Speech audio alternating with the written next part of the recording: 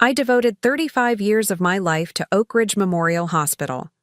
35 years of early mornings, late nights, missed birthdays, and postponed vacations.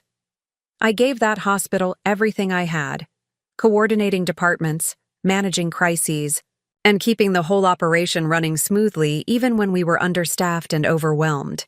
And in return, I built a life I was proud of. I put my son through college, helped him buy his first house, and supported him while he found his footing in the marketing world. I even helped pay for my granddaughter's private school tuition. But the day I mentioned my retirement, my family's reaction wasn't what I expected. Instead of celebrating my decades of service, they started calculating what my absence would cost them financially. Before we jump back in, tell us where you're tuning in from, and if this story touches you, make sure you're subscribed, because tomorrow, I've saved something extra special for you. The retirement party's today, Mom, but we can't make it. Grace has a recital, and Becky has that influencer event she can't miss, Tom explained over the phone that morning, not even trying to hide the dismissal in his voice. Besides, don't you think retirement is a bit premature? You're only 62, and hospitals always need administrators. What Tom and my daughter-in-law Becky didn't know was that my retirement announcement wasn't just about leaving my job. It was about revealing the secret I'd kept for 15 years, a secret that was about to change everything. The air conditioning in my office at Oak Ridge Memorial Hospital hummed softly as I placed the last of my personal items into a cardboard box. 35 years of memories, photos, thank you cards from staff, even the little ceramic bluebird Jasmine had given me on my 15th work anniversary, all packed away in less than 20 minutes. I paused at the window, gazing across the hospital grounds where I'd spent more of my waking hours than anywhere else in my adult life. Sarah, you're still here? Jasmine Chen appeared in my doorway, concern etched on her face. After 20 years working side by side, she could read my moods better than anyone. Just finishing up, I said, forcing a smile. Hard to believe it's really happening. Jasmine stepped into my office, closing the door behind her. Did you tell them about the foundation yet? I shook my head. They didn't show up. What? Jasmine's eyes widened. To your retirement party? But you've been planning it for months.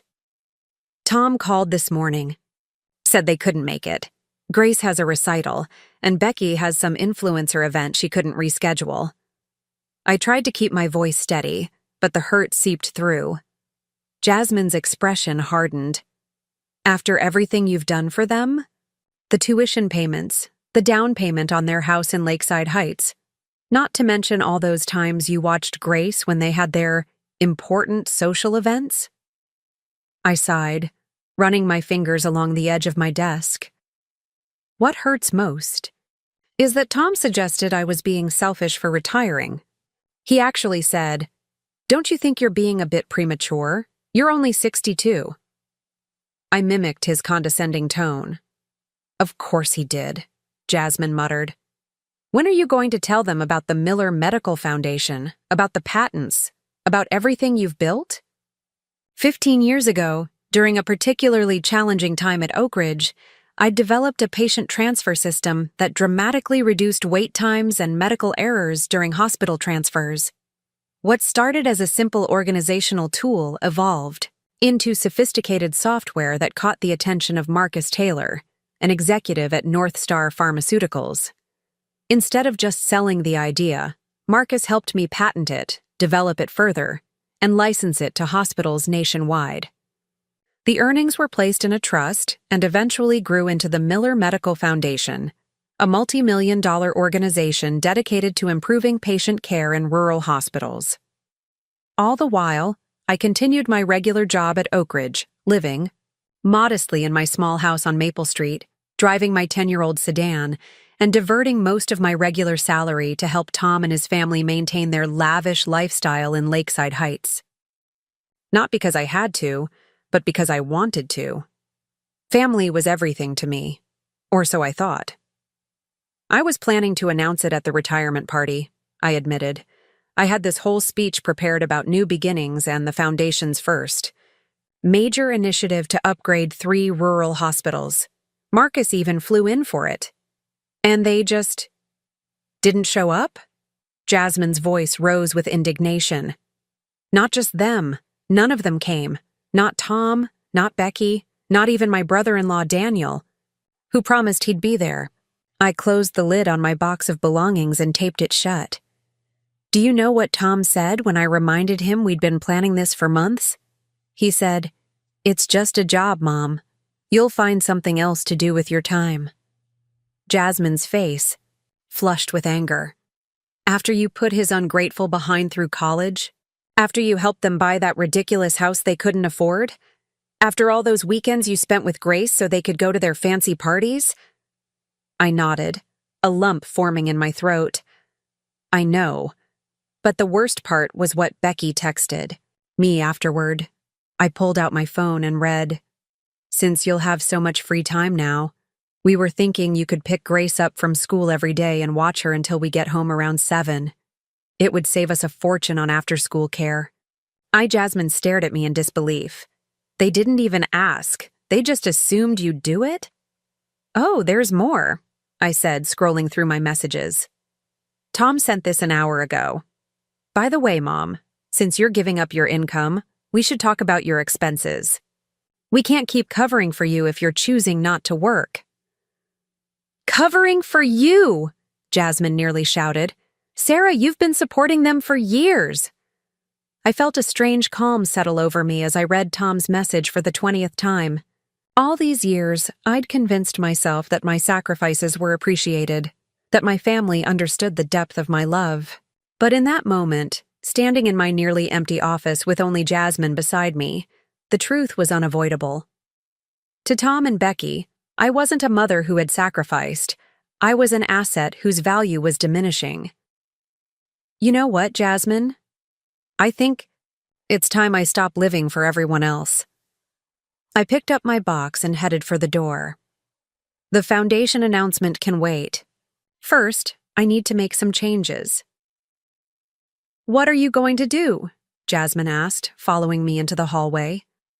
I smiled, feeling lighter than I had in years. "I'm going to my retirement party, the one at Cooper's Cafe with the people who actually showed up. You, Dr. Hayes, the nursing staff, and Marcus. Then I'm going to drive to my cottage in Silver Springs, the one Tom doesn't know about, and spend a week figuring out my new life." Jasmine grinned. Now that sounds like a plan I can get behind. Cooper's Cafe was packed when we arrived, nearly a key. 40 people from the hospital had shown up to celebrate my retirement. Dr. William Hayes, the hospital director, had ordered champagne. The nursing staff had pooled their money for a beautiful watch engraved with, "For Sarah, you kept time for all of us." And Marcus Taylor, who had flown in from Chicago for the occasion, stood in the corner with a proud smile. "To Sarah Miller," Dr. Hayes announced, raising his glass.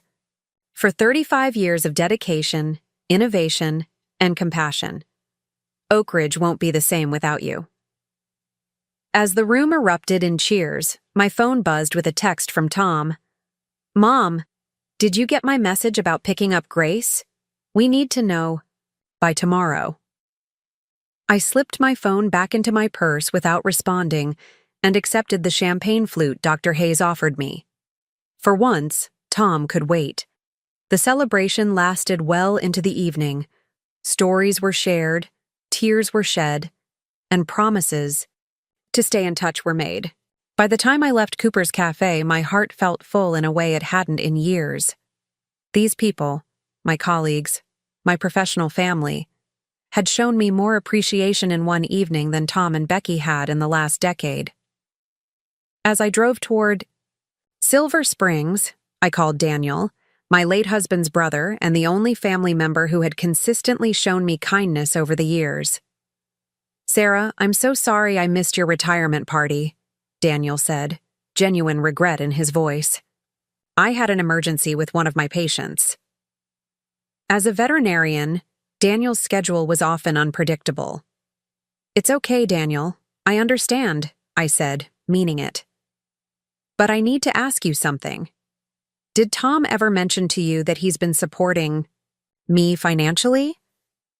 Daniel's confusion was evident even through the phone. What? No, that's absurd. Preparing and narrating this story took us a lot of time, so if you are enjoying it, subscribe to our channel. It means a lot to us. Now back to the story. If anything, I always got the impression you were helping them. That house of theirs is way above what a mid-level marketing executive and a part-time influencer could afford. That's what I thought, I murmured. Daniel, there's something I've never told any of you, something big. You sound serious. Is everything okay? It will be, I assured him. I'm heading to my cottage in Silver Springs for a week to clear my head. When I get back, I'd like to meet with you. There are some changes coming, and I want you to hear about them from me first. Of course, Sarah. Whatever you need. I ended the call feeling more resolved than ever. The lies Tom had apparently been telling about supporting me, likely to justify their extravagant lifestyle to others, were the final straw. It was time to reclaim my narrative. The cottage in Silver Springs was exactly as I'd left it, a cozy, waterfront retreat I'd purchased with the first substantial licensing payment from my patient transfer system. It was my sanctuary, the one place I kept just for myself, and Tom had no idea it existed. Here, overlooking the gentle waves of the Pacific, I could finally think clearly. I spent the first day simply resting, watching the ocean, and drinking tea on the porch. On the second day, I began making phone calls to my lawyer, to Marcus, to the foundation's board members. By the end of the week, I had a plan. When I returned to Pinecrest, I was greeted by 17 missed calls from Tom and 23 increasingly irritated text messages demanding to know where I was and why I wasn't responding to their request about Grace's after-school care. I texted back a simple message. We need to talk. Family dinner at my house, Sunday at 6 p.m. It's important. Tom's reply came almost instantly. We're busy Sunday. Can't you just come to our place tomorrow? We need to discuss the Grace situation. I stood firm. Sunday at 6. I've invited Daniel as well. This isn't a request, Tom. 3 dots appeared, disappeared, and reappeared several times before his grudging response arrived. Fine, but we can't stay long. Sunday evening arrived with perfect late summer weather. I'd spent the day preparing my mother's lasagna recipe, Tom's favorite since childhood, and setting the table with my best dishes. This might be our last family dinner for a while, and despite everything, I wanted it to be special. Daniel arrived first, bringing a bouquet of lilies and a warm hug. You look different, he observed. Retirement agrees with you. I smiled, feeling more centered than I had in years. It's not retirement, it's reclaiming my life. Tom, Becky, and Grace arrived 20 minutes late. Grace immediately ran to hug me, her 7-year-old enthusiasm untainted by her parents' attitudes. Grandma, I made you a picture. She thrust a colorful drawing into my hands, a stick figure with gray hair surrounded by hearts. It's beautiful, sweetheart. Thank you. I knelt to her level and hugged her tight, breathing in the strawberry scent of her shampoo. Tom checked his watch conspicuously. Mom, we can only stay for an hour. Becky has an important Instagram Live event tonight. Becky didn't even look up from her phone. It's with that luxury skincare brand I told you about, the one that might sponsor me if this goes well. I understand, I said calmly. Let's eat while the food is hot. Grace, would you help me bring the salad to the table? Throughout dinner, Tom and Becky dominated the conversation with complaints about their busy schedules, the cost of everything, and how difficult it was to find reliable childcare now that I had suddenly decided to retire. Daniel caught my eye several times, his expression a mix of disbelief and sympathy. After dessert, when Grace was happily occupied with a puzzle in the living room, I cleared my throat.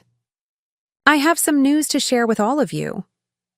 If it's about reconsidering retirement, I think that's wise. Tom interjected. In fact, Dr. Hayes mentioned they haven't filled your position yet. You could probably get your job back if you called. Tomorrow. I'm not going back to Oak Ridge, I said firmly. My retirement is final. But that's not what I wanted to discuss. I took a deep breath and looked each of them in the eye. 15 years ago, I developed a patient transfer system that has since been implemented in hospitals across the country. The licensing and patent rights have generated significant income, which I used to establish the Miller Medical Foundation. The table fell silent. Becky finally looked up from her phone, her perfectly sculpted eyebrows raised in confusion. What are you talking about, Mom? Tom asked, his tone suggesting I was making up stories. I'm talking about the fact that I've been running a multi-million-dollar foundation while continuing to work at Oak Ridge. I explained patiently. The foundation funds improvements in rural hospitals, provides medical scholarships, and is about to launch a major initiative to upgrade 3 facilities in underserved communities. Daniel's face split into a wide grin. Sarah, that's incredible. Why didn't you tell us sooner? I wanted the foundation to be established first, I said. And honestly, it never seemed relevant to our family conversations. Tom's expression shifted from dismissal to calculation so rapidly it was almost comical. A foundation? Like, with actual money? Why were you still working at the hospital if you had this foundation? Because I loved my job, I said simply. And because the foundation's purpose isn't to enrich me, it's to improve healthcare for people who need it most. Becky leaned forward, suddenly interested. But you must have some personal benefit, right? I mean, founders usually pay themselves something. I nodded. I receive a modest salary as the foundation's director, yes, and there are certain assets that belong to me personally. Like what? Tom pressed. Like my cottage in Silver Springs, for instance, and some investment. Accounts. Tom's jaw dropped. You have a cottage? Since when? For about 12 years now, I said. It's where I was last week when you were trying to reach me. The revelation hung in the air like a thundercloud. Tom and Becky exchanged glances, clearly recalibrating everything they thought they knew about me. So what you're saying, Tom began slowly, is that you've been wealthy this whole time? While we've been struggling with mortgage payments and tuition costs? Something in his tone, the entitlement, the accusation, ignited a spark of anger in my chest. Struggling? Tom, I gave you the down payment for your house. I've been paying half of Grace's tuition. I've covered your car payments more times than I can count. Well, yes, but... And let's be clear, I continued, my voice steady, about who has been supporting whom. For years, I've diverted most of my hospital salary to help maintain your lifestyle in Lakeside Heights. A lifestyle, I might add, that you couldn't afford on your own. Becky's face flushed red. That's not fair. Tom works hard, and my influencer career is just taking off. I never said Tom doesn't work hard, I clarified, but the financial reality is what it is. And now that I've retired from Oak Ridge, I'll be devoting my full attention to the foundation, which means some changes are coming. Tom's expression darkened. What kind of changes? For starters, I'll be spending more time at my cottage. It's closer to the rural hospitals we're working with. I took a sip of water before continuing.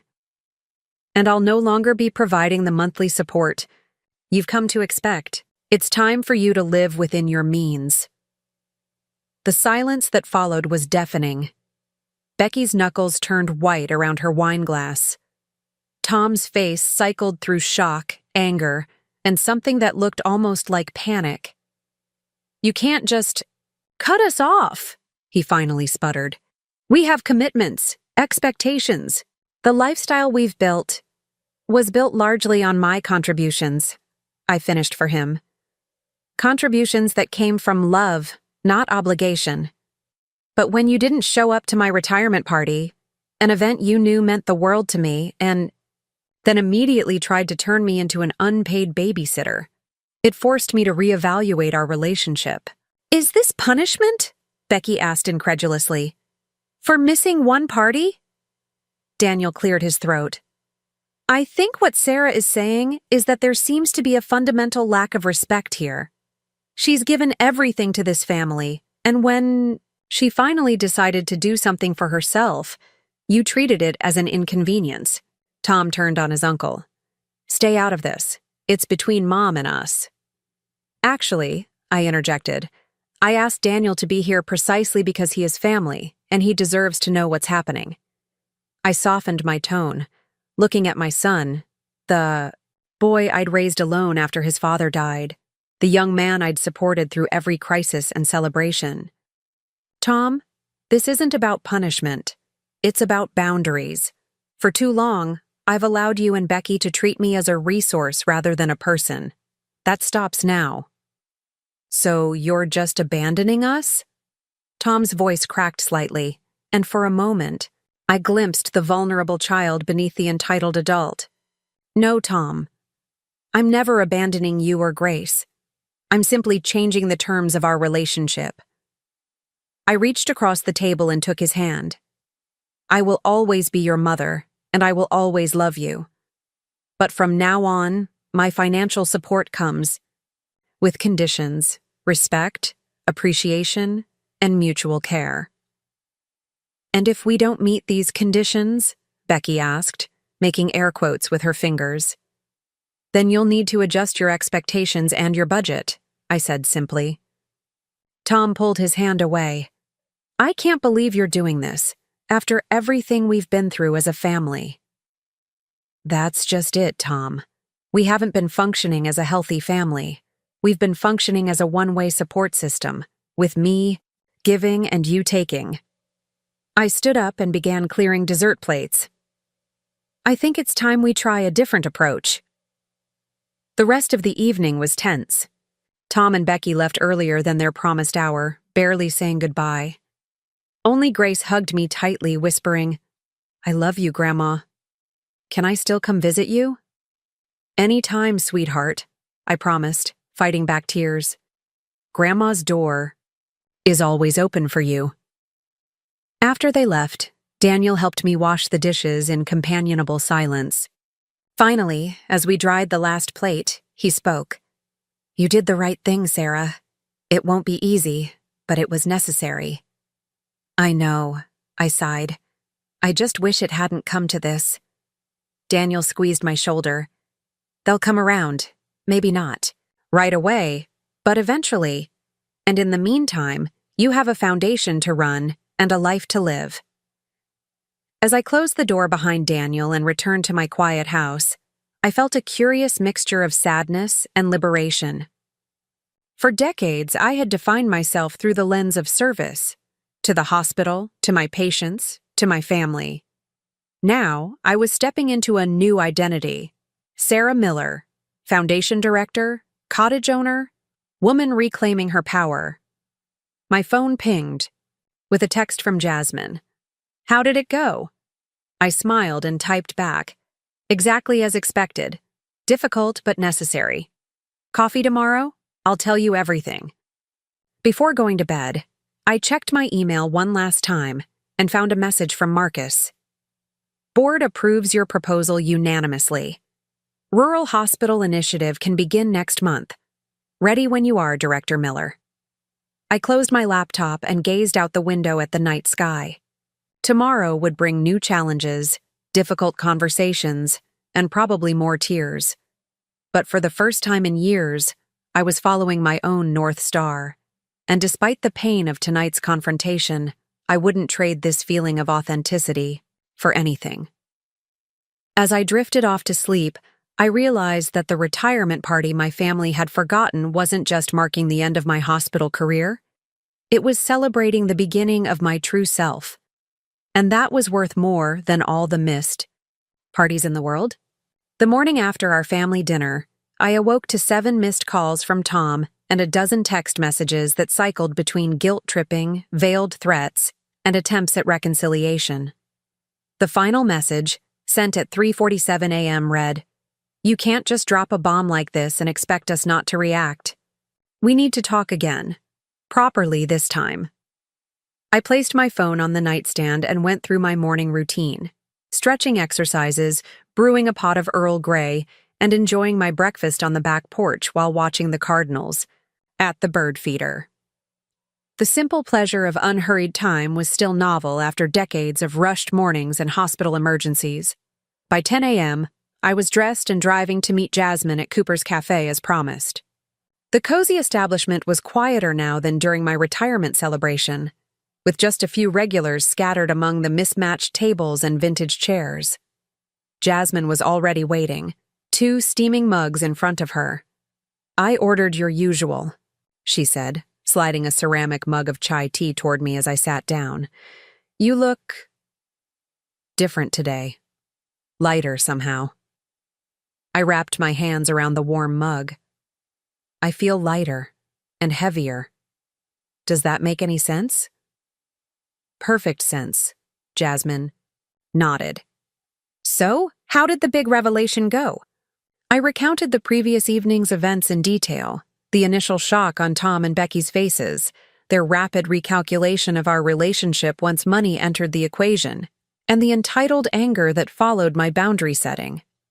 "The thing that bothers me most," I confessed, "is that neither of them even asked about the foundation itself, what it does, why I started it, how many people it's helped. They only wanted to know how it affected them financially." Jasmine reached across the table and squeezed my hand. "Are you surprised?" I shook my head slowly. "No, and that's the saddest part." "So what happens now?" Jasmine asked. "Now, I focus on the foundation. The board approved our rural hospital initiative. Starting next month, we'll begin upgrading equipment and infrastructure at 3 facilities in counties where the nearest major hospital is over an hour away." Jasmine smiled. "That's what I want to hear. The Sarah Miller I know, making real change happen." As we continued our conversation, the cafe door swung open, and Rebecca strode in, sunglasses perched on her head, designer handbag dangling from her wrist. She spotted us immediately and made a beeline for our table. "Sarah," she said coolly, deliberately using my first name instead of Mom, as she typically did in public. "We need to talk." Jasmine raised an eyebrow. "I believe Sarah is currently engaged in a conversation." Becky ignored her completely, focusing on me. "Tom is devastated. He barely slept last night. Is that what you wanted? To hurt your own son?" I gestured to the empty chair at our table. "Would you like to join us, Becky?" She remained standing, arms crossed. "Actually, I'd prefer to speak with you privately. This is a family matter." "Jasmine has been my friend for 20 years, I replied calmly. "Anything you need to say can be said in front of her." Becky's perfectly contoured face tightened with irritation. "Fine.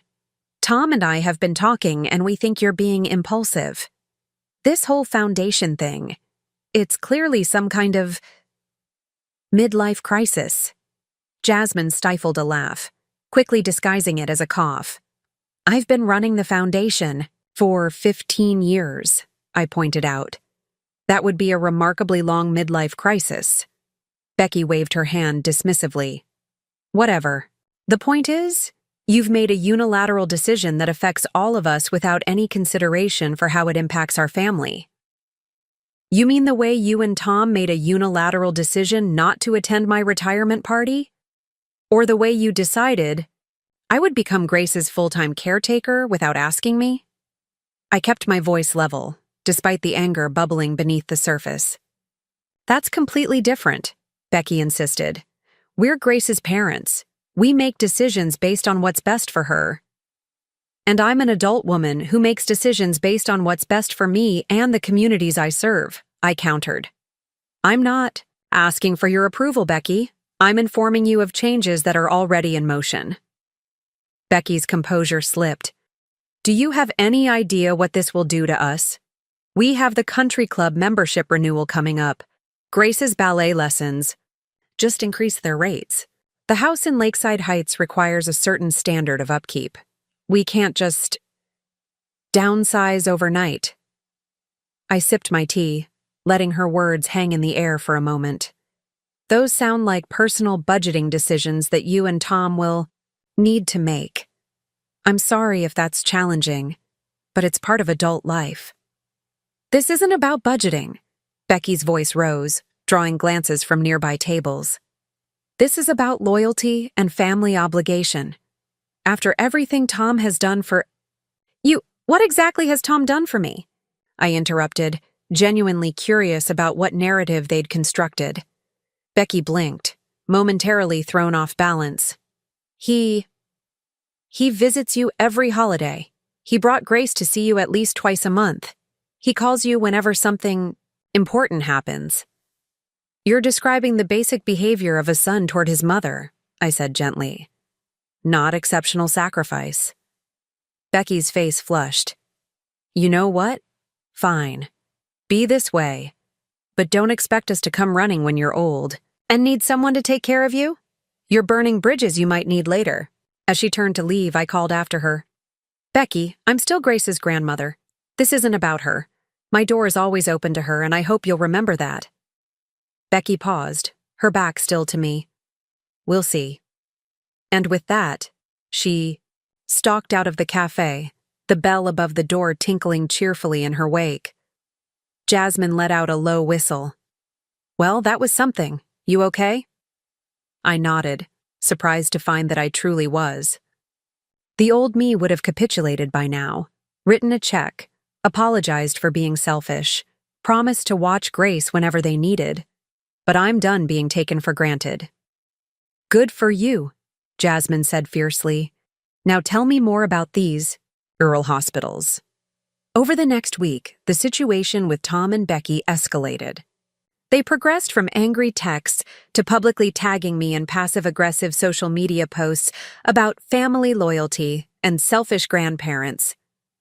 I ignored them all, focusing instead on my work with Marcus to finalize the Rural Hospital Initiative details.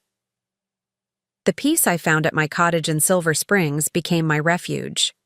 I spent weekends there, walking along the beach at dawn, reading books I'd put off for years, and hosting small dinner parties for the new friends I was making in the Ba coastal community. Daniel visited twice, bringing his gentle humor and steadfast support. 10 days after the confrontation at Cooper's Cafe, I received a letter from Tom and Becky's lawyer, claiming that I had made verbal financial commitments to them regarding Grace's education and their mortgage. The letter demanded that I honor these prior agreements or face potential legal action. I showed the letter to my own attorney, a sharp-minded woman named Elena Vasquez who had been handling the foundation's legal affairs for years. This is ridiculous, Elena said, scanning the document in her downtown office. They have no case. Verbal promises of financial gifts aren't legally enforceable contracts, especially when the gifts were already given freely with no expectation of repayment. So what do? We respond professionally, refuting their claims and making it clear that any further harassment will be met with appropriate legal countermeasures. Elena adjusted her glasses. And Sarah, I hate to ask this, but do you have documentation of the financial support you've provided them over the years? I nodded. Everything. Bank transfers, checks, receipts. I've always been meticulous about record keeping. Good, Elena said. Because if they push this, they're not going to like what comes to light. Elena's response to Tom's lawyer was polite but firm, pointing out the legal fallacies in their claims and attaching a partial record of my financial contributions to their household over the past 5 years. The total sum, just over $147,000, spoke for itself. We didn't hear from their lawyer again. However, the emotional warfare continued. One evening, as I returned to my house after a foundation board meeting, I found Tom waiting on my front porch, his expression a carefully constructed mask of concern. Mom, he said, standing as I approached, we need to talk, just you and me this time. I unlocked the door and gestured for him to follow me inside.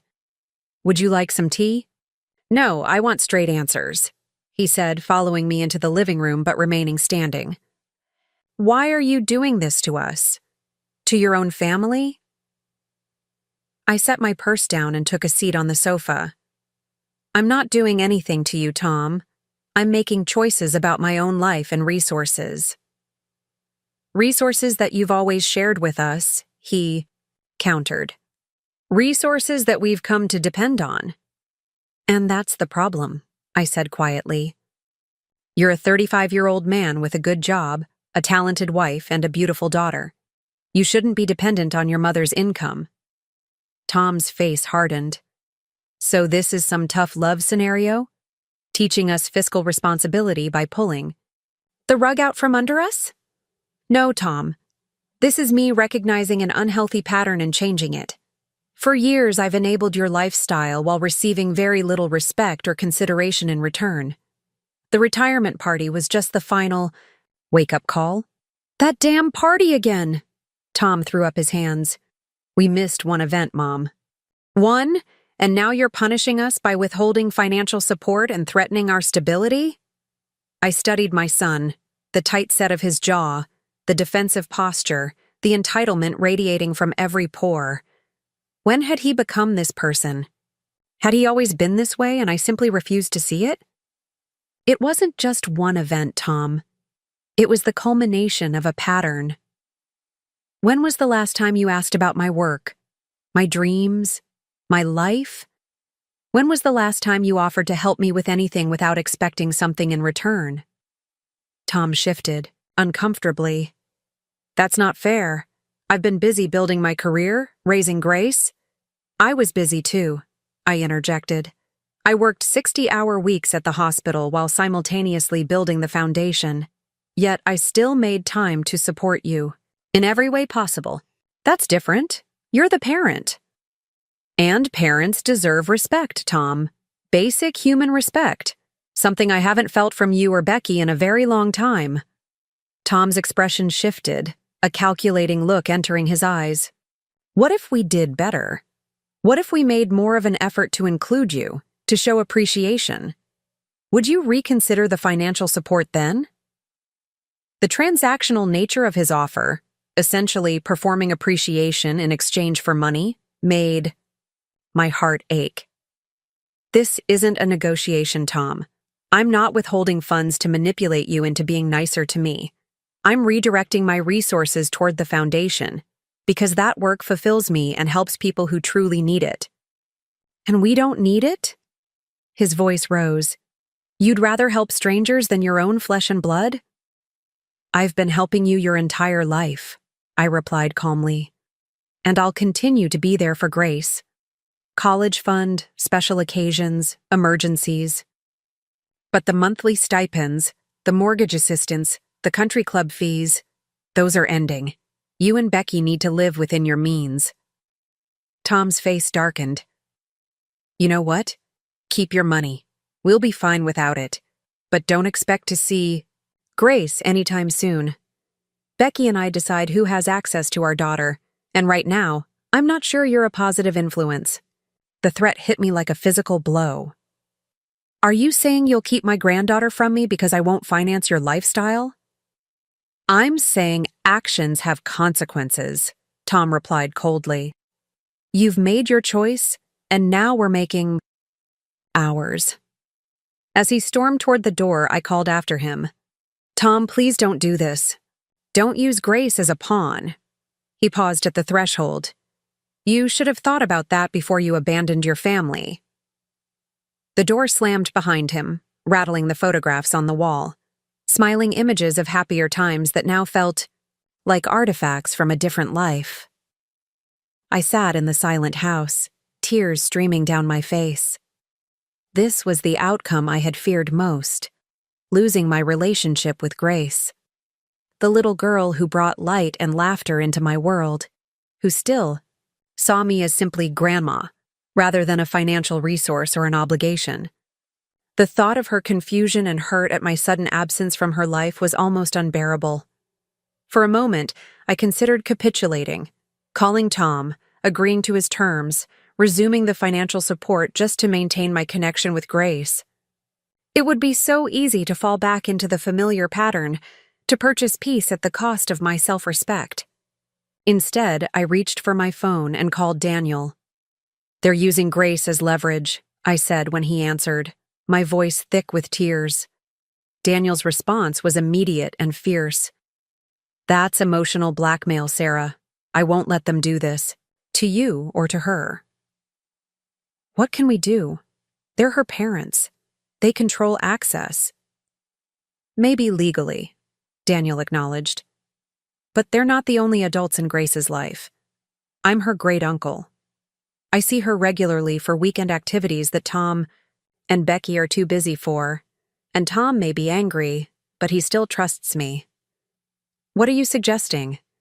"I'm suggesting that I continue to be part of Grace's life, and when I see her, perhaps her grandmother happens to be around too." His tone softened. "This won't last forever, Sarah. Eventually, Tom will realize he's only hurting his daughter by keeping her from you." "I hope you're right," I whispered. "I can handle losing the relationship with Tom and Becky if that's what they choose. But Grace is innocent in all this." "She is," Daniel agreed. "And she adores you. Remember that. When things get tough." After we hung up, I wandered through my house, touching photographs of Grace, her first birthday, her kindergarten graduation, the day we planted sunflowers together in my garden. The pain of potential separation was acute, but underneath it, a quiet determination was building. I would not be manipulated through my love for my granddaughter.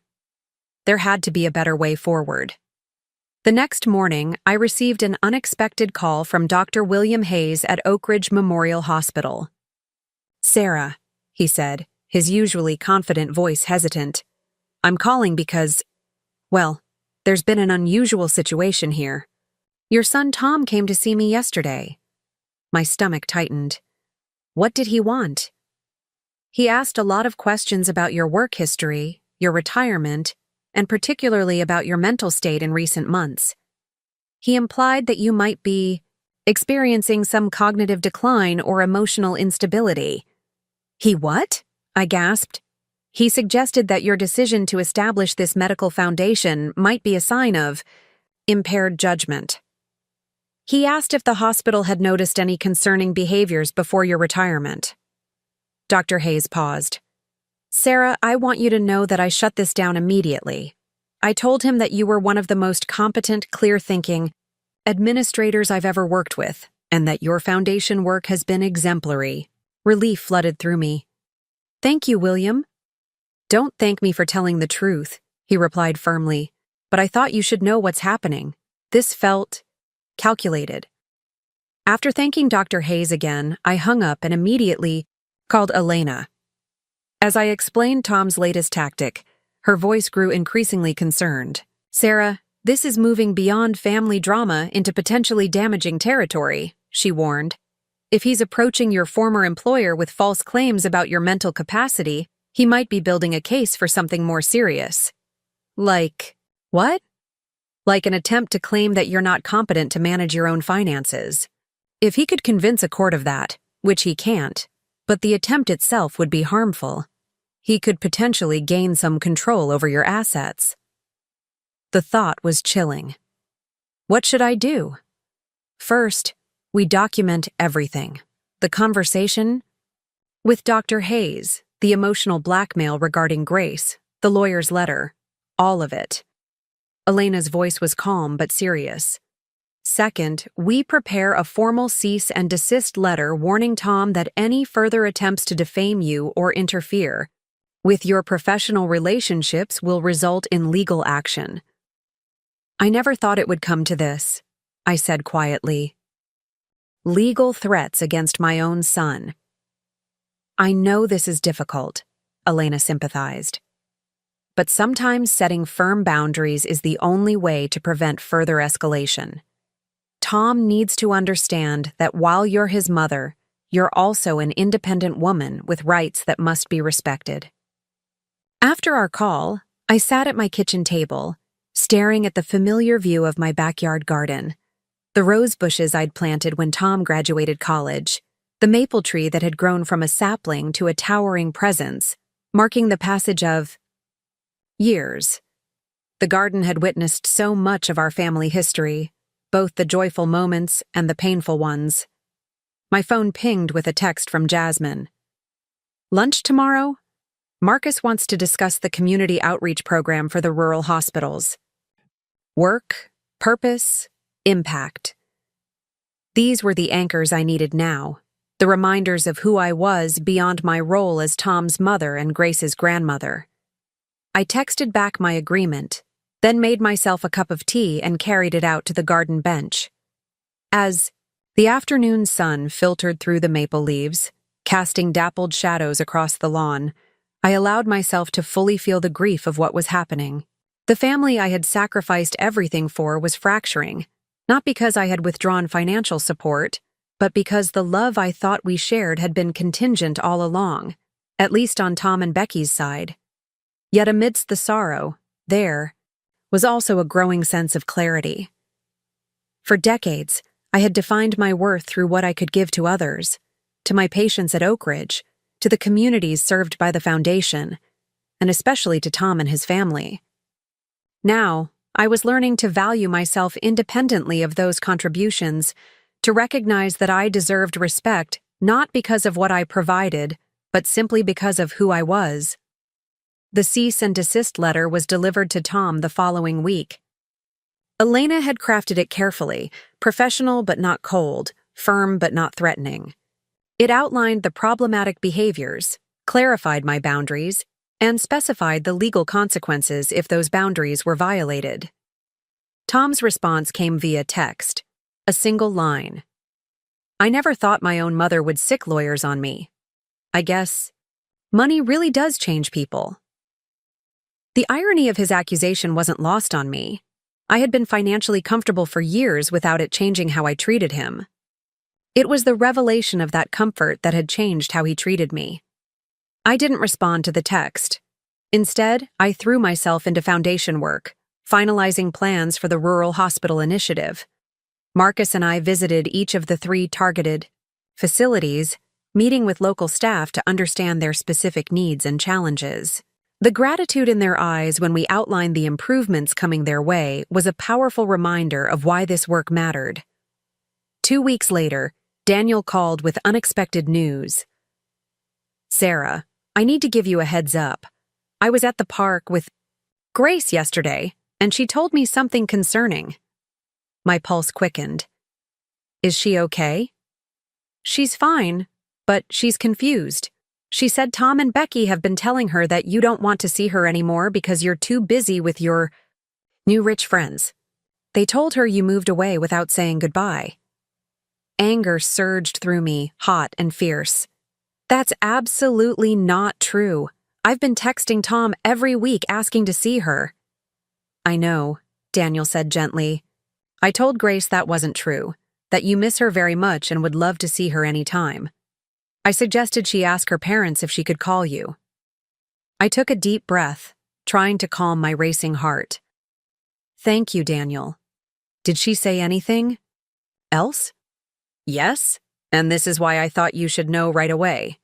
She mentioned that they're moving to a new house soon because the big house is too expensive now.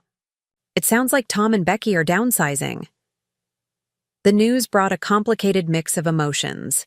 Sadness that Grace's life was being disrupted, vindication that Tom and Becky were finally facing financial reality, and worry about how this transition might be affecting my granddaughter. "Did she seem upset about moving?" I asked. "Not really," Daniel replied. "She was more upset about not seeing you. She specifically asked me to tell you that she misses your Sunday pancakes and the books you read together." The message pierced straight to my heart. I miss those things too. So much. "Sarah," Daniel's voice turned serious, "I think it's time for direct intervention. Not through lawyers or intermediaries, but face to face. Grace deserves better than to be caught in the middle of this." "I've been trying to see her for weeks," I reminded him. "Tom won't respond to my requests." "Then don't ask," Daniel suggested. Next Saturday is Grace's ballet recital at the community center. Tom and Becky will be there, and so will I. You should come too. It's a public event. They can't stop you from attending. The thought of confronting Tom and Becky in public made my stomach churn, but the chance to see Grace overpowered my apprehension. I'll be there, I promised. That night, I couldn't sleep. I paced my kitchen, wrestling with the situation from every angle. The legal boundaries were necessary, but they weren't enough. This wasn't just about protecting my assets or my reputation. It was about protecting my relationship with Grace and, if possible, finding a path toward healing with Tom. By morning, I had made a decision. I called Marcus and asked for his input on a new initiative for the foundation, one that would complement our rural hospital work while potentially building a bridge back to my family. The day of Grace's ballet recital arrived with perfect spring weather. I wore a simple blue dress, Grace's favorite color, and brought a bouquet of pink roses, her favorite flower. My hands trembled slightly as I entered the community center, scanning the crowd for familiar faces. Daniel spotted me first, waving from a row near the middle. As I made my way toward him, I caught sight of Tom and Becky several rows ahead, their backs to me. They hadn't noticed my arrival yet. "You okay?" Daniel whispered as I slid into the seat beside him. I nodded, though my heart was racing. "Have you seen Grace? How is she?" "Excited," Daniel smiled. "I peeked backstage before you arrived. She's in full costume, practicing her steps and looking absolutely adorable." The lights dimmed before I could respond, and the recital began. One by one, groups of young dancers took the stage, performing with varying degrees of coordination and enthusiasm. The audience clapped encouragingly after each number, parents beaming with pride. When Grace's group appeared, 7-year-olds, in pale pink tutus with butterfly wings attached to their backs, tears sprang to my eyes. My granddaughter looked so focused, her little face serious as she concentrated on remembering the steps. At one point, she glanced toward the audience, scanning the faces.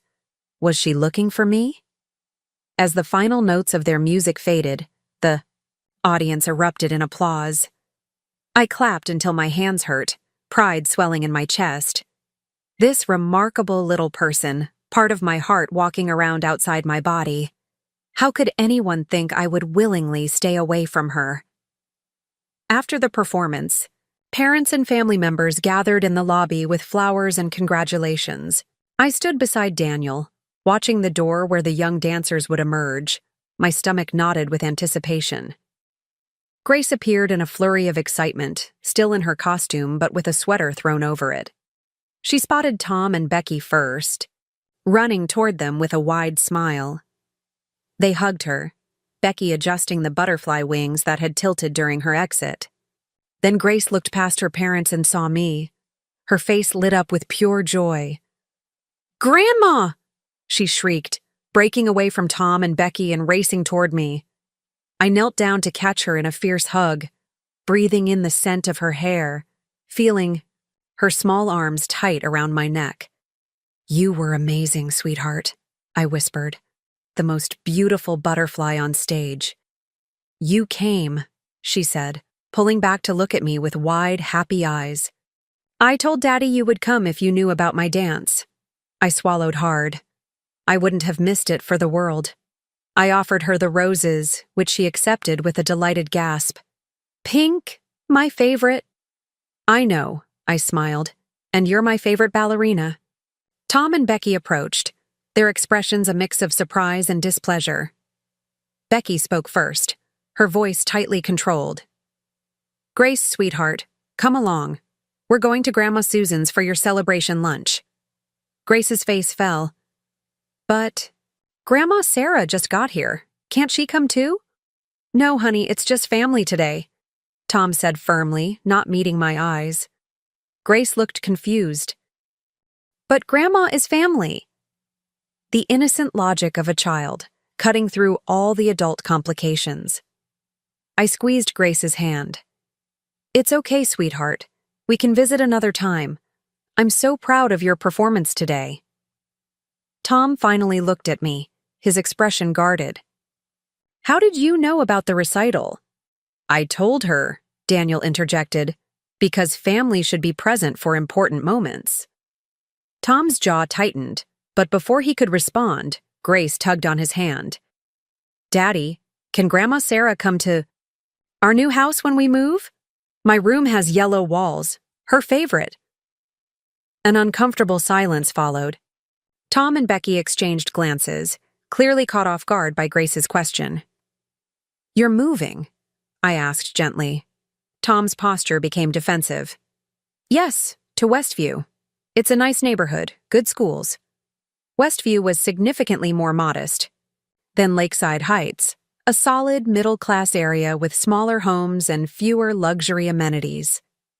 This was tangible evidence of the financial adjustments they were making. I'm sure it will be lovely, I said sincerely. Grace, I would love to see your new yellow room whenever your parents say it's okay. Becky's expression softened almost imperceptibly. Perhaps she was tired of the conflict too, or maybe she was simply responding to Grace's obvious delight at seeing me. We should get going, she said, but her tone was less hostile than before. Grace, say goodbye to Grandma Sarah for now. Grace hugged me again, whispering in my ear, I missed you so much, Grandma. Daddy said you were too busy for me, but I knew that wasn't true. Never, I whispered back fiercely. I'm never too busy for you. I love you to the moon and back. As they walked away, Grace clutching her pink roses, she turned back several times to wave. I waved back, my heart both full and aching. Daniel placed a steadying hand on my shoulder. That went better than expected. Did it? I wasn't sure what I had expected, but the brevity of the interaction left me hungry for more time with Grace. Yes, Daniel said confidently. Tom didn't make a scene. Becky seemed less hostile, and most importantly, Grace knows you came for her, despite what they've been telling her. He was right, of course. Small steps, small victories. These were the building blocks of reconciliation, if reconciliation was even possible. As we walked to the parking lot, I shared my new foundation initiative with Daniel. We're establishing a pediatric mental health program at Oak Ridge, a dedicated wing for children who need psychological support, especially those from families experiencing major transitions, divorce, relocation, loss. Daniel raised an eyebrow. And this just happened to become a priority now? I smiled slightly. The need has always been there, but yes, recent events have highlighted it for me. Children are so vulnerable to adult conflicts, yet they often have the fewest resources to process their feelings. And will this new program be called the Grace Miller Wing? Daniel asked perceptively. No, I shook my head. This isn't about buying my way back into their lives or scoring points. It's about channeling my pain into something constructive. If my family situation can't be immediately healed, at least other families might benefit from what I'm learning through this experience. Daniel nodded approvingly. That's what I've always admired about you, Sarah. You transformed difficulty into purpose. As I drove home from the recital, hope and uncertainty battled within me. The joy of seeing Grace, the pain of our brief interaction, the subtle shifts in Tom and Becky's demeanor. What did it all mean for our future? I didn't know. But for the first time in weeks, reconciliation seemed possible, if not immediate. My phone rang as I pulled into my driveway. It was Marcus, calling with updates about the Rural Hospital Initiative. As I listened to his progress report, standing in my garden with spring blooming around me, I felt the pieces of my life realigning. Not as they had been before, that wasn't possible or even desirable, but in a new configuration that honored both my family bonds and my individual journey. The path forward remained unclear, but I was no longer walking it in the dark. Grace's smiling face, the pink roses clutched in her small hands, Daniel's steady support, the meaningful work of the foundation. These were the lights guiding me toward whatever came next. And for today, that was enough. 3 days after Grace's ballet recital, I received an unexpected text from Tom. "We're moving this weekend. Grace keeps asking if you can help set up her new room. If you're free Sunday afternoon, you can come by.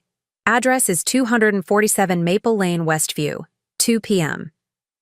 The message was devoid of warmth, but it was an olive branch of sorts, the first Tom had extended since our confrontation. I read and reread it, searching for hidden agendas or traps, but ultimately decided to take it at face value. Progress. With my son would come in small tentative steps if it came at all. I texted back a simple, "I'll be there, thank you." That Sunday, I drove to Westview with a mixture of anticipation and trepidation. The address led me to a modest 2-story colonial with fresh white paint and navy shutters. Moving boxes were stacked on the front porch, and a rental truck sat in the driveway. The house was perhaps half the size of their Lakeside Heights residence, but it had a certain charm. Established trees, a small front garden, a neighborhood where children could safely ride bikes on the sidewalk. I parked across the street and sat for a moment, gathering my courage. This visit wasn't just about helping Grace decorate her room. It was a potential turning point in my fractured relationship with my son and daughter-in-law.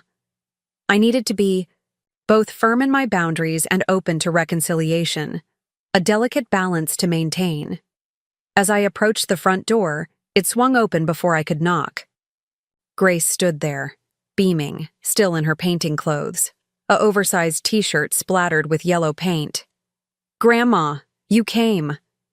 She threw her arms around my waist, nearly knocking me backward with the force of her enthusiasm. I hugged her, tightly, savoring the moment. "Of course I came. I wouldn't miss helping with your new room." Grace grabbed my hand, tugging me inside. "Come see? We already painted the walls, but I saved the best part for you to help with. Mom bought wall stickers with butterflies and flowers, and Dad said you're really good at making things pretty." The interior of the house was chaos, half unpacked. Boxes everywhere, furniture at odd angles, the lingering smell of fresh paint. But underneath the disarray, I could see the bones of a comfortable family home emerging. Tom appeared from the kitchen, wiping his hands on a dish towel. Our eyes met, and for a moment neither of us spoke.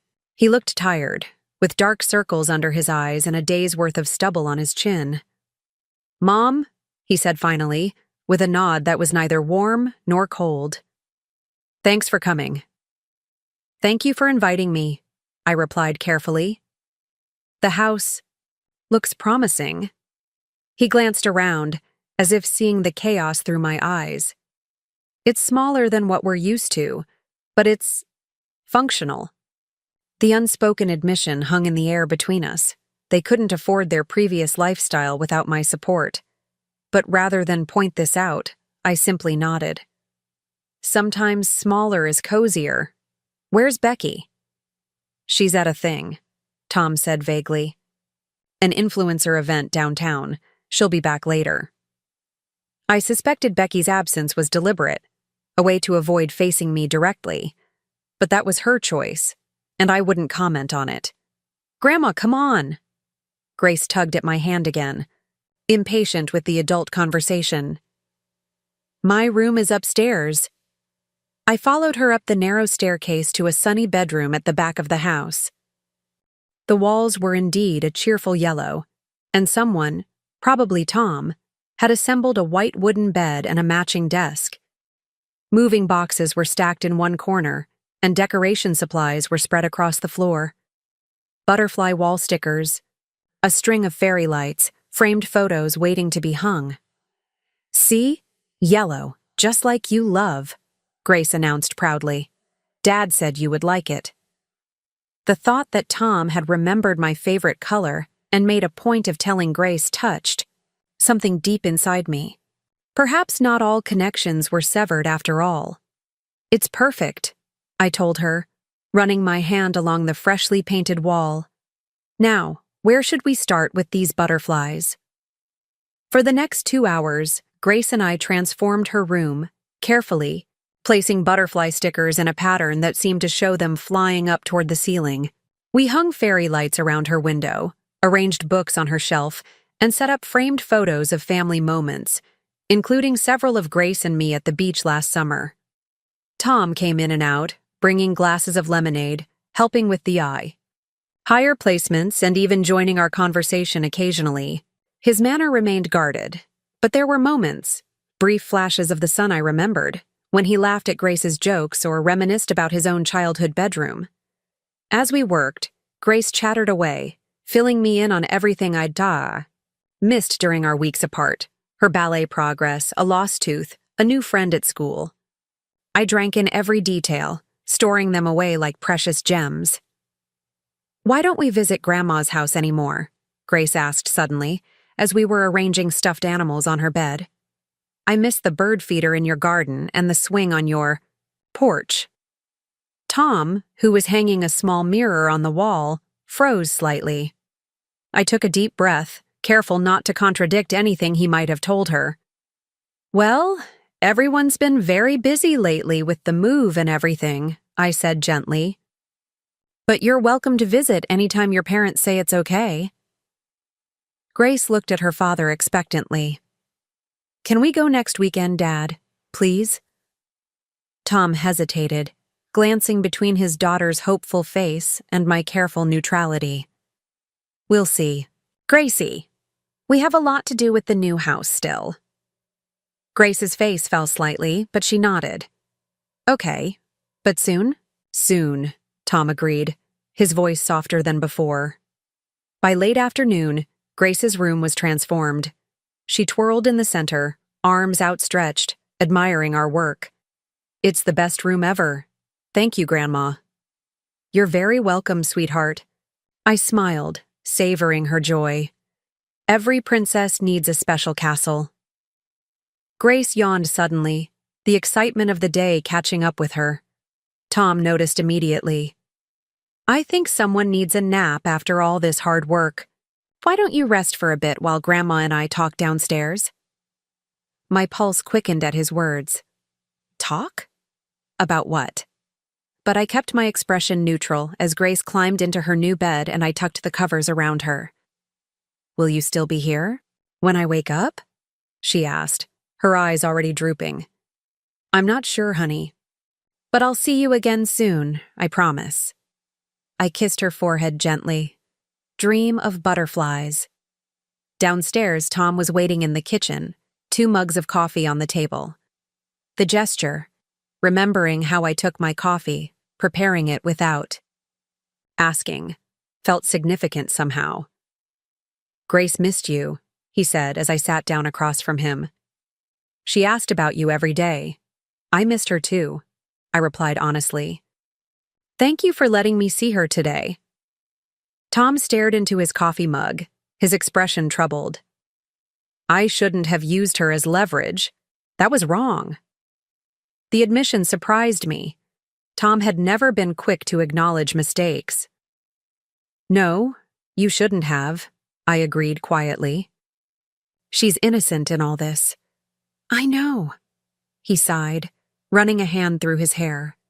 "I was angry and hurt, and I lashed out in the worst possible way. I'm sorry for that part." I noted the careful specificity of his apology. That part. Not everything. Still, it was more than I had expected. "I accept your apology, Tom. Grace should never be caught in the middle of adult disagreements." He nodded, taking a sip of his coffee before continuing. "This house, it's an adjustment. Becky's having a hard time with it. Her influencer friends all live in places like our old neighborhood or better. She feels like she's failing somehow." "Image isn't everything," I said carefully. "This is a lovely home in a good neighborhood." "Easy to say when you have millions," Tom muttered, a flash of the old bitterness returning. I set my mug down firmly. "Tom, I lived modestly my entire life, even after the foundation was established. The cottage in Silver Springs is my only indulgence. and I bought that primarily as an investment property that happens to bring me joy. My happiness has never depended on the size of my house or what others think of my address." He looked up, meeting my eyes directly for the first time. "Why didn't you tell me about the foundation? All those years, why keep it secret?" The question was fair, though complex. At first, it was new and uncertain. I didn't want to discuss it until I was sure it would succeed. Then, as it grew, I was busy balancing it with my hospital work. "But honestly, Tom?" I paused, choosing my words carefully. "You never asked. You never showed interest in my work or my dreams. If you had, I would have shared it all with you." Tom flinched slightly, but didn't argue. "And now? What happens?" "Now? That depends on what you want to happen," I replied. "I'm still your mother. I still love you and Grace very much, but our relationship needs to change. It needs to be based on mutual respect, not financial dependence."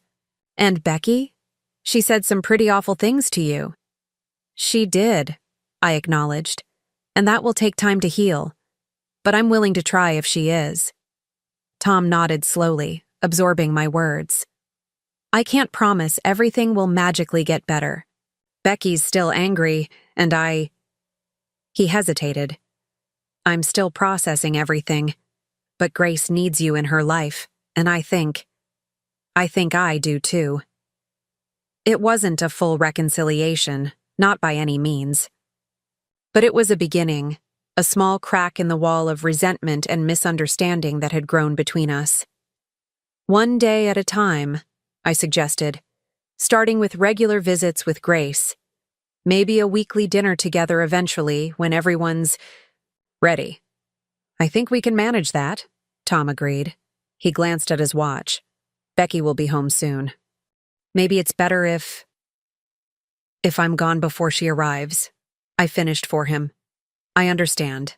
This is progress, but we shouldn't push too far too fast." As I gathered my purse and prepared to leave, Tom walked me to the door. "Mom," he said, hesitating. "That stuff with Dr. Hayes, asking about your mental state, I shouldn't have done that. It was desperate and wrong." "Yes, it was," I said firmly. "That can never happen again, Tom.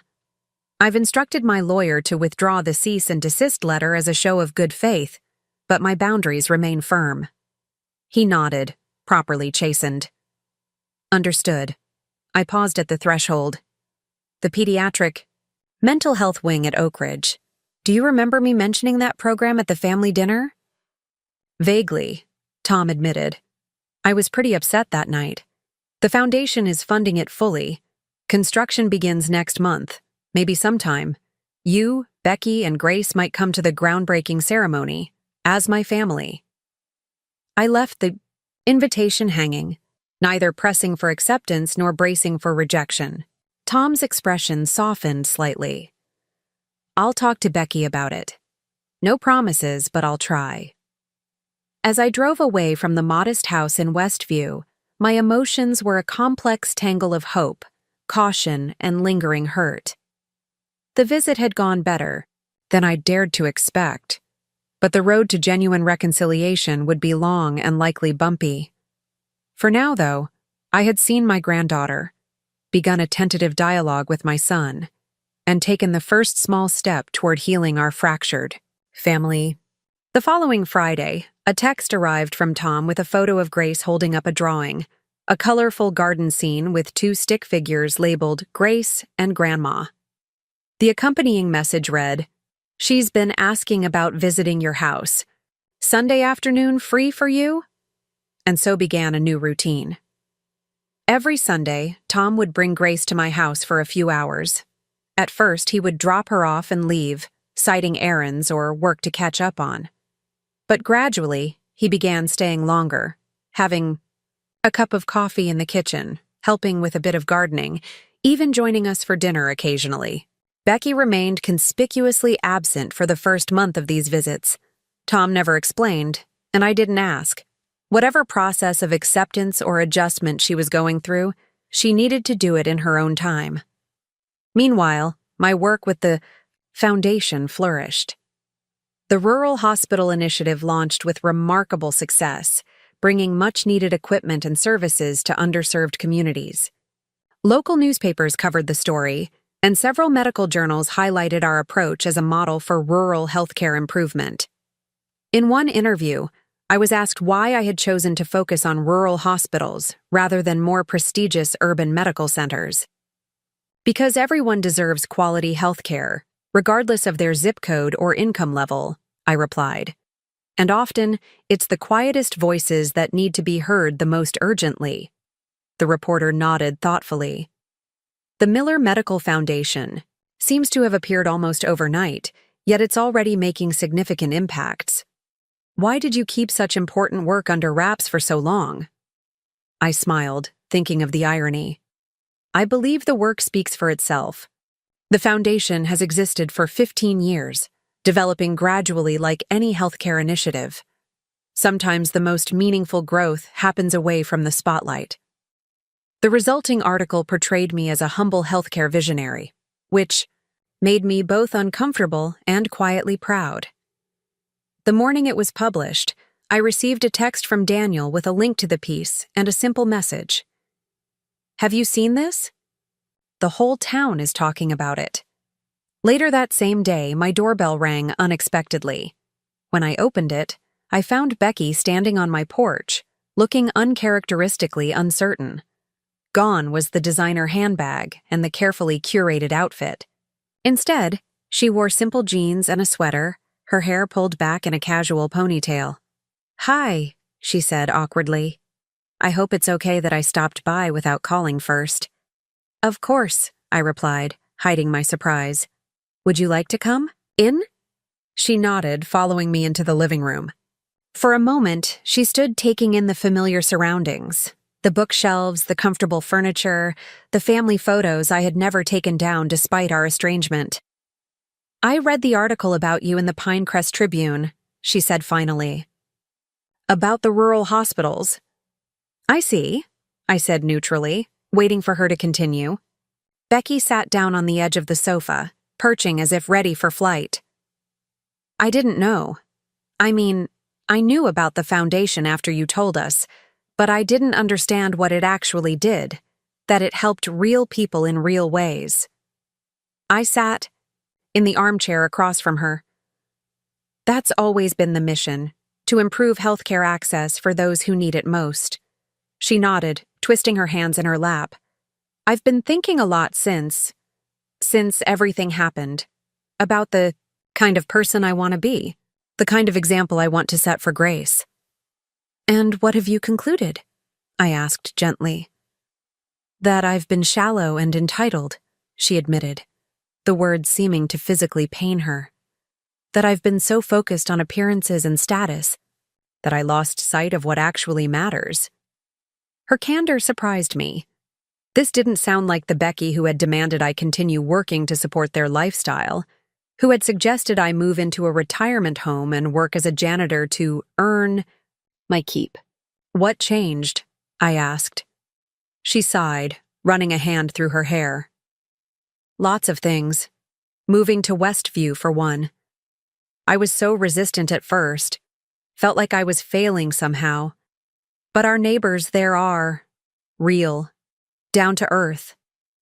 They bring casseroles when someone's sick and help shovel snow from each other's driveways. No one cares what brand my sweater is or how many Instagram followers I have. I nodded, remembering the close-knit community feeling I'd observed in Westview during my visit.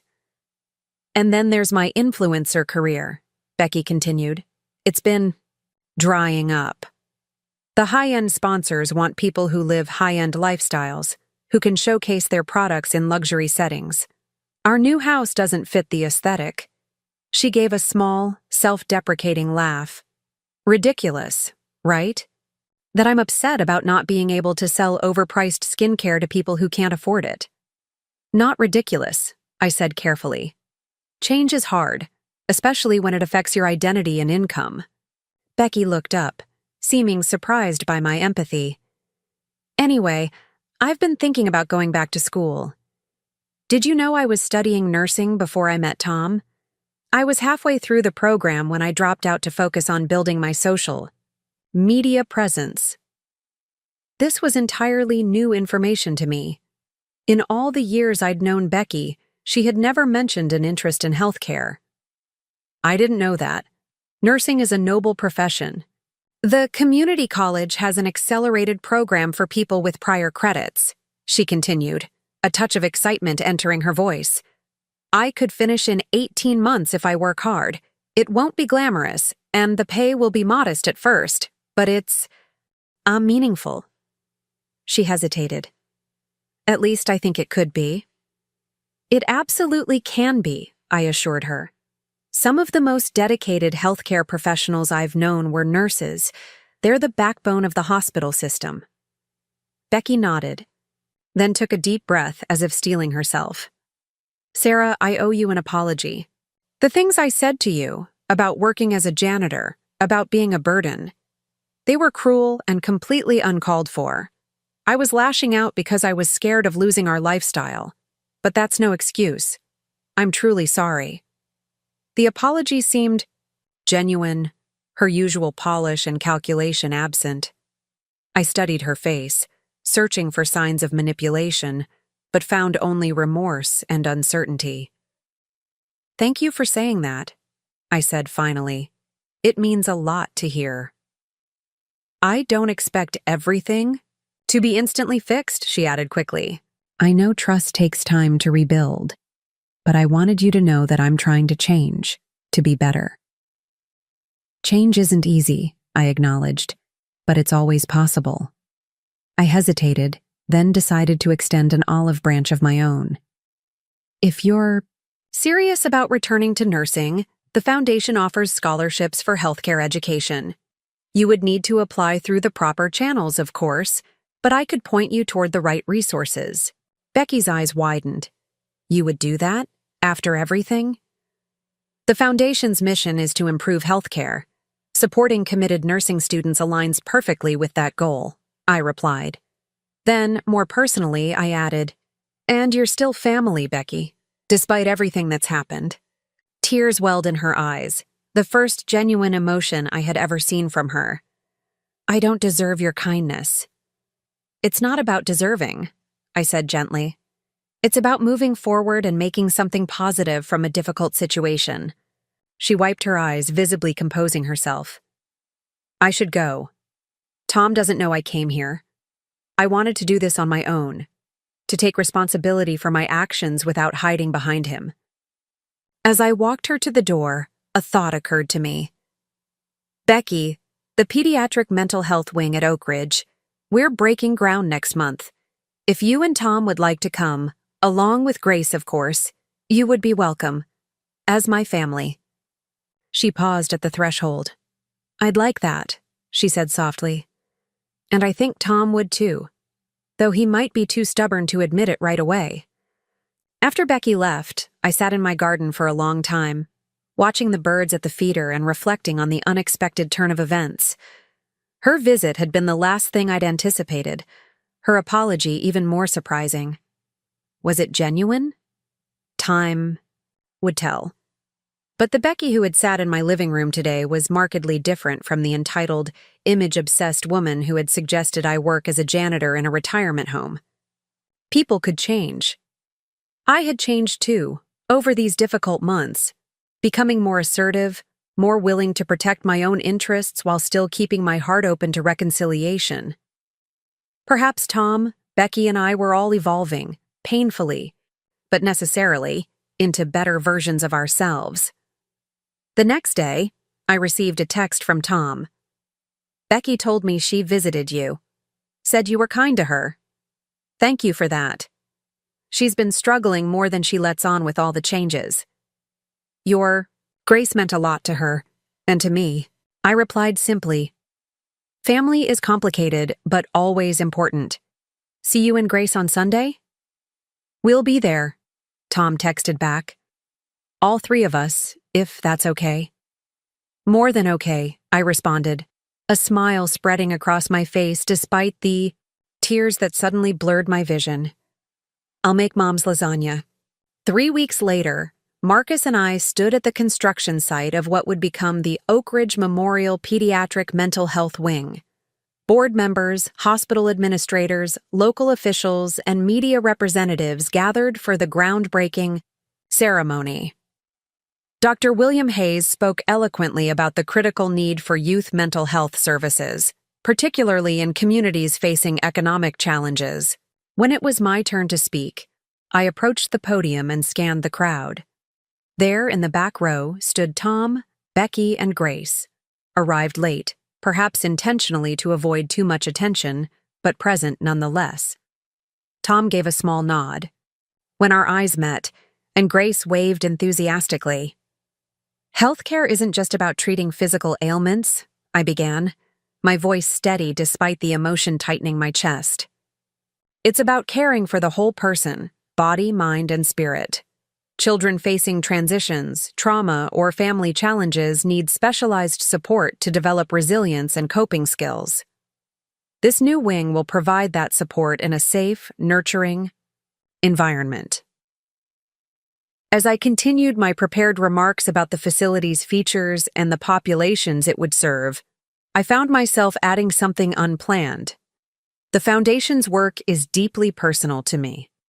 Like many families, mine has weathered difficult transitions and painful misunderstandings.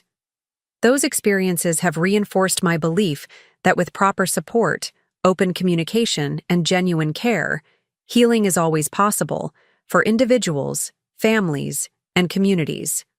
I looked directly at Tom, Becky, and Grace as I spoke these words. Tom's arm tightened around Becky's shoulders, and she leaned into him slightly.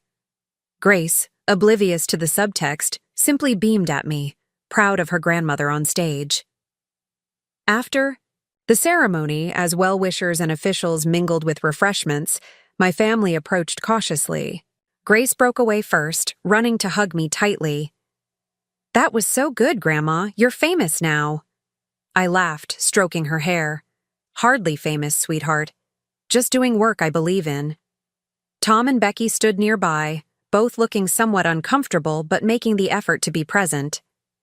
Becky had enrolled in the nursing program at the community college, and though she hadn't applied for a foundation scholarship, "I need to do this on my own merit," she had explained. She was throwing herself into her studies with unexpected dedication.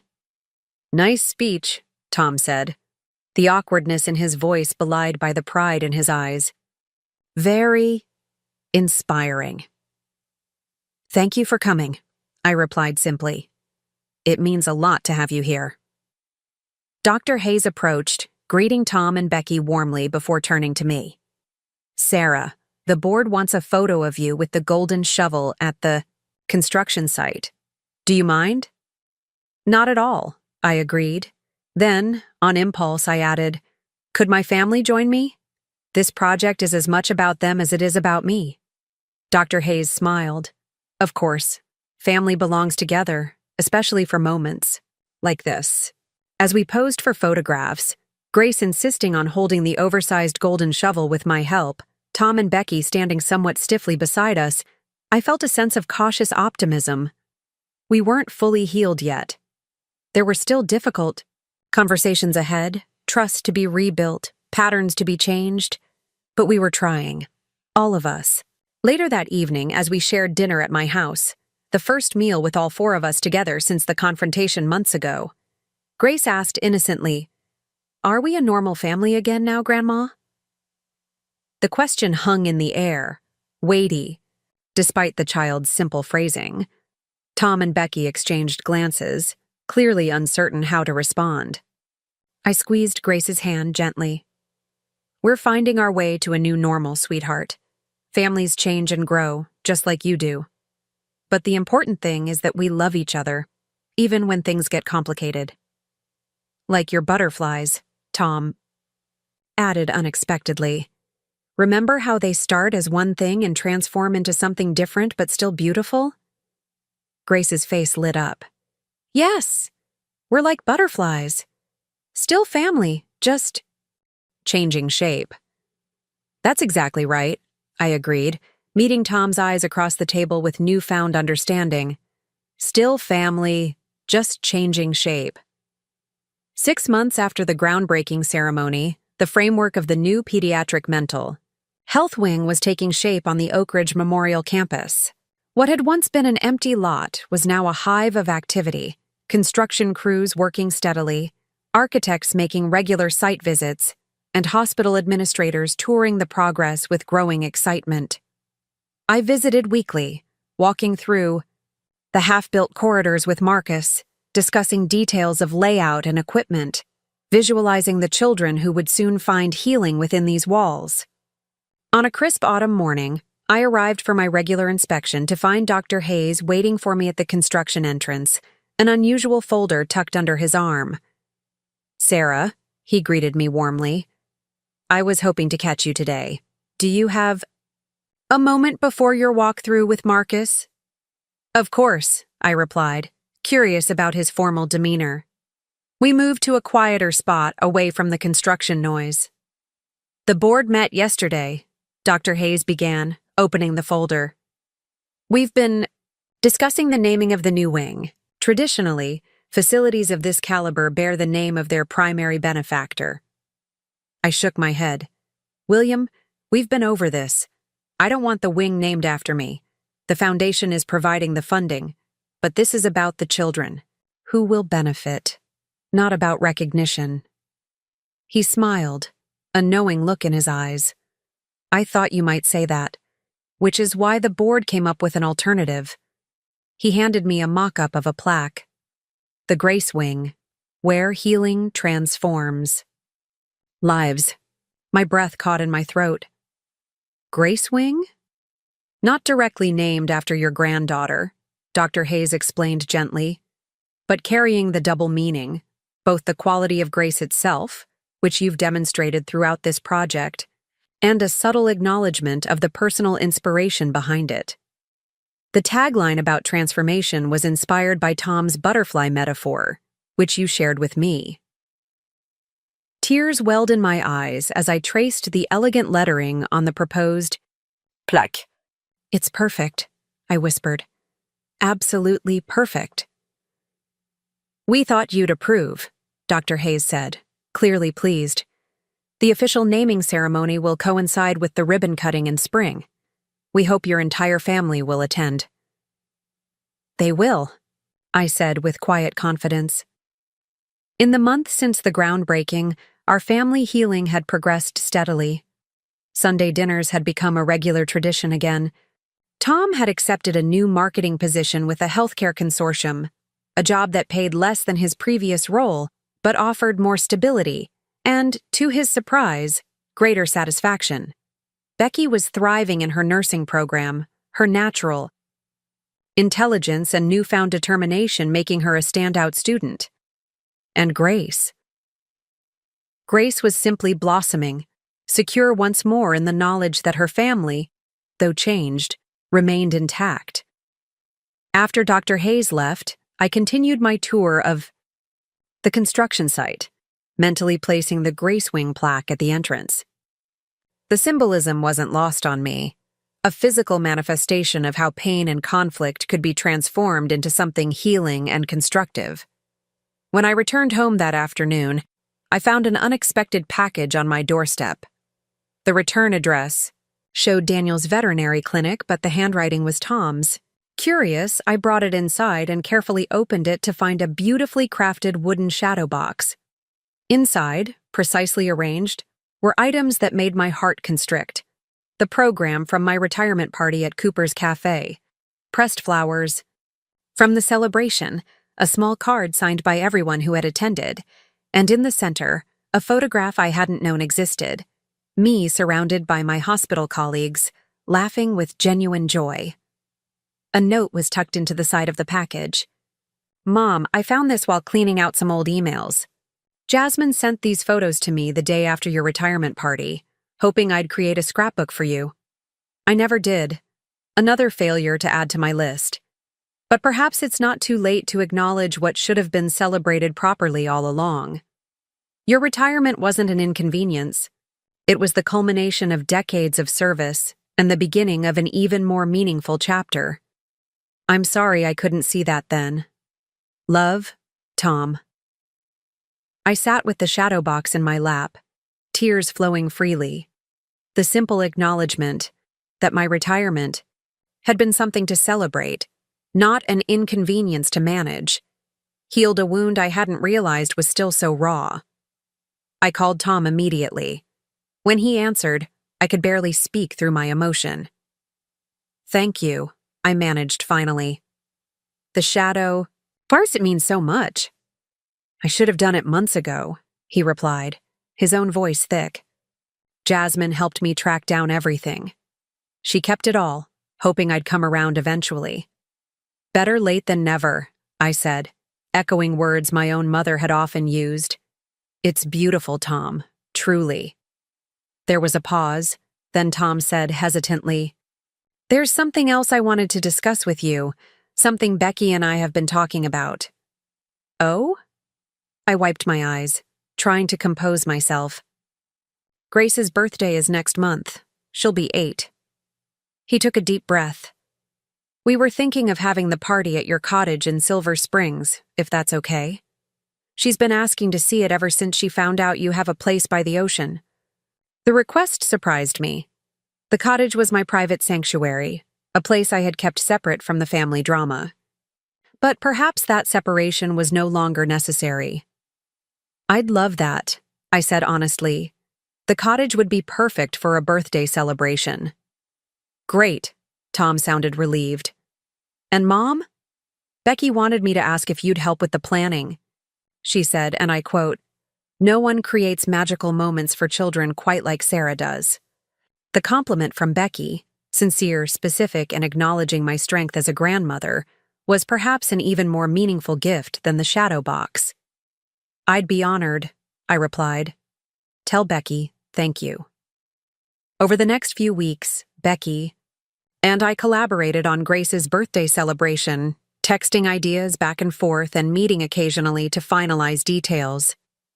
Our interactions, once so fraught with tension and resentment, gradually evolved into something resembling genuine camaraderie. Becky's nursing studies had given us common ground, healthcare topics we could discuss without stepping on emotional landmines. Her questions about my hospital experience were thoughtful, her interest in the Foundation's work seemingly genuine. One afternoon, as we sat at my kitchen table addressing invitations for Grace's party, Becky looked up suddenly. "I never thanked you properly," she said. "For what?" I asked, sealing another envelope. "For not giving up on us." She set down her pen, meeting my eyes directly. "After how we treated you, you had every right to walk away completely, to never speak to us again. I would have in your position." I considered her words carefully. "Family is complicated," I said finally, "and valuable, worth fighting for, even when it's difficult." I paused, then added, "Besides, I wasn't entirely blameless." Becky raised an eyebrow. "How do you figure that?" "I enabled the financial dependence," I admitted. "For years, I stepped in whenever you and Tom struggled, never allowing you to face the natural consequences of your choices.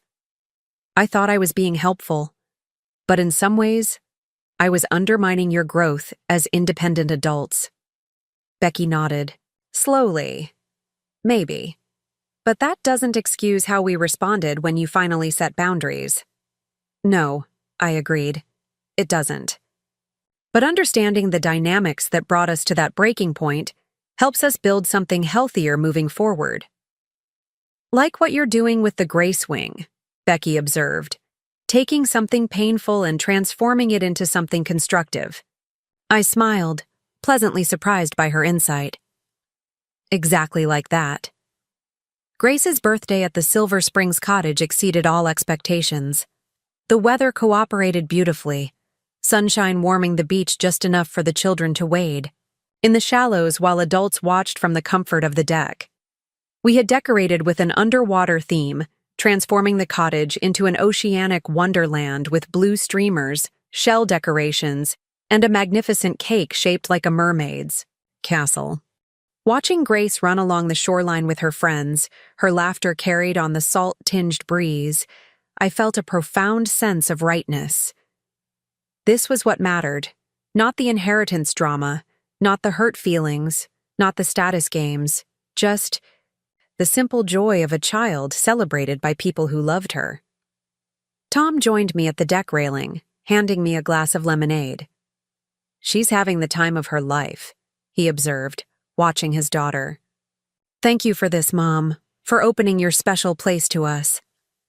"Thank you for asking," I replied. "I should have shared it with you sooner." He shook his head. "No, you were right to have something that was just yours. We all need that. Spaces where we can be fully ourselves." His understanding, so different from the entitled anger he had shown months ago, touched me deeply. We stood in comfortable silence, watching the children play. "The cottage is beautiful," Tom said finally. "Peaceful. I can see why you love it here." "The ocean has always centered me," I explained. "Even as a child, I found clarity by the water. That's partly why I chose this location for the Foundation's headquarters." Tom turned to me, surprise evident in his expression. "The Foundation headquarters is here? In Silver Springs?" I nodded. "Just down the coast, a converted boathouse, with offices overlooking the water." Marcus thought I was crazy. Most medical foundations operate from major cities, but I wanted something different.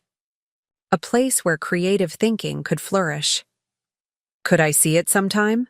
Tom asked, an unexpected note of interest in his voice. "The headquarters, I mean." "Of course," I said, trying not to show my surprise at his request. "Anytime."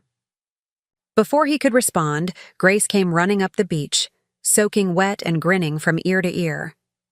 "Dad, Grandma, come see what we found. There's a whole tide pool with starfish and sea anemones." Tom glanced at me, a question in his eyes. I laughed and set down my lemonade. "Let's go see these starfish. The conversation can wait." Together, we followed Grace down to the shoreline, where indeed a magnificent tide pool had formed among the rocks. As we crouched beside it, Grace pointing out each discovery with infectious enthusiasm, I caught Tom watching me. Not the tide pool, but my face as I engaged with his daughter. Something in his expression had softened, as if he were seeing me, truly seeing me, for the first time in years. The party continued until sunset, when parents arrived to collect their children, full of sugar and stories about their beach adventures. As the last guest departed, Grace collapsed on the cottage sofa, happily exhausted. "Best birthday ever," she declared sleepily. "Can we come back next weekend, Grandma?" "Let's let Grandma have her peaceful cottage back," Becky suggested, gathering, wrapping paper and discarded decorations. "We've invaded enough for one day." "It's hardly an invasion when you're invited," I pointed out. "And yes, Grace, you're welcome back any time. Perhaps for an overnight stay next time? The guest room has a perfect view of the sunrise over the water." Grace's eyes widened with excitement. "Really? Can I, Mom? Dad?" Tom and Becky exchanged glances, one of those silent communications that long-married couples develop. "That sounds lovely," Becky said finally. "Maybe next weekend, if Grandma is free?" And so another tradition was born. Every other weekend, Grace would stay overnight at the cottage, sometimes with Tom or Becky joining us, sometimes just the two of us. During these visits, our bond deepened beyond that of grandmother and granddaughter. We became confidants, explorers, fellow adventurers, discovering the wonders of the coastline together. One such weekend, as we collected shells at dawn, Grace asked a question that caught me off guard. "Grandma, were you sad when no one came to your retirement party?" I paused, considering how to answer honestly without burdening her with adult complexities. "Yes," I said finally. "I was sad. Endings are important, and I wanted to share that moment with the people I love most." She nodded solemnly, adding another perfect scallop shell to her bucket. "Dad says he made a big mistake. He says sometimes grown-ups mess up really badly, and then they have to work extra hard to fix things." Your dad is very wise, I replied, touched by Tom's apparent conversations with Grace about our family situation. Everyone makes mistakes. What matters is how we respond afterward, whether we try to make things right. Like with apologies. And trying to do better? Grace suggested. Exactly like that. She considered this, her young face serious beyond her years. I think Dad and Mom are trying really hard to do better. I think so too, I agreed gently. And that takes courage. Grace slipped her small hand into mine as we continued our beachcombing. I'm glad we're a family again, she said simply. Even if we're different now. Different can be wonderful, I assured her, squeezing her hand. Sometimes it's even better than before. The following week, Tom surprised me with a visit to my house. Not for Sunday dinner, not to drop off Grace, but on a random Tuesday afternoon. He looked uncharacteristically nervous as I invited him in. Everything okay? I asked, leading him to the living room. Fine, he assured me quickly. Great, actually. I wanted to talk to you about something. An idea I've been considering. I gestured for him to continue, curious about what could have prompted this impromptu visit. I've been thinking a lot about the foundation, Tom began, especially after you mentioned the headquarters in Silver Springs, the Rural Hospital Initiative, the Grace Wing. They're making real differences in people's lives. They are, I agreed, still uncertain where he was heading. My new job with the Healthcare Consortium has been eye-opening, he continued. I'm seeing firsthand how marketing principles can be applied to public health messaging, preventative care initiatives, community outreach. I nodded encouragingly, beginning to understand his direction. Mom, the foundation is doing incredible work, but from what you've said, your public outreach is minimal. You're improving healthcare access, but how many people know about the services available to them? How many potential donors or partners aren't aware of what you're accomplishing? It was a fair point. The foundation had always operated somewhat quietly, focusing on implementation rather than publicity. Go on, I prompted. I'd like to help, Tom said, the words coming faster now as his enthusiasm grew. Not as your son, but as a marketing professional with healthcare experience. The foundation needs a strategic communication plan, community engagement initiatives, digital presence optimization. I blinked, processing his offer. You want to work for the foundation? With the foundation, he clarified. As a consultant initially, perhaps evolving into something more permanent if it's a good fit. And before you worry about nepotism, he held up a hand as I started to speak. I'm not asking for special treatment. I'll submit a formal proposal, portfolio, references, everything you'd expect from any consultant. The foundation board can evaluate my qualifications objectively. The earnestness in his expression, the professional approach to his offer, this wasn't the entitled son demanding support, but a skilled professional offering valuable expertise. The transformation was remarkable. I think that's an excellent idea, I said sincerely. The foundation could definitely benefit from stronger communication strategies, and your healthcare marketing experience would be particularly relevant. Tom's face lit up with relief and excitement. Really? You're open to it? Absolutely. Send your proposal to Marcus. He handles initial vendor and consultant evaluations. I'll recuse myself from the decision-making process to avoid any conflict of interest. That's perfect, Tom agreed quickly. I wouldn't want special treatment. I want to earn this on my own merits. As he left an hour later, after discussing his preliminary ideas in greater detail, I felt a strange mixture of pride and wonder. My son, who once resented my professional accomplishments, now wanted to contribute his own skills to the mission. The irony wasn't lost on me. The very foundation that had initially driven a wedge between us might now become a vehicle for deeper connection. True to his word, Tom submitted a comprehensive proposal to Marcus, who was impressed enough to schedule a formal presentation to the board. I kept my distance from the process, wanting Tom to succeed or fail on his own merits. When Marcus called to inform me that the board had unanimously approved a 6-month consulting contract with Tom, I felt a surge of pride untainted by doubt. This was Tom's achievement, earned through his own efforts and expertise. The day Tom began his consulting work, I received a text from Becky. He left the house this morning looking like a kid on the first day of school, nervous and excited. Thank you for giving him this chance. I replied truthfully, I didn't give him anything. He earned this opportunity through his own merit and hard work. Still, Becky texted back, not every mother-in-law would be so supportive after everything we put you through. Grace and I are lucky to have you in our lives. Her words warmed me, another sign of how far we had come from the bitter confrontations of the past year. Later that week, when Becky invited me to attend her nursing program's mid-year showcase, where students presented research projects to faculty and community healthcare providers, I accepted immediately, honored to be included in this significant moment of her academic journey. The showcase was held in the community college's main auditorium, transformed for the evening with professional displays and refreshments.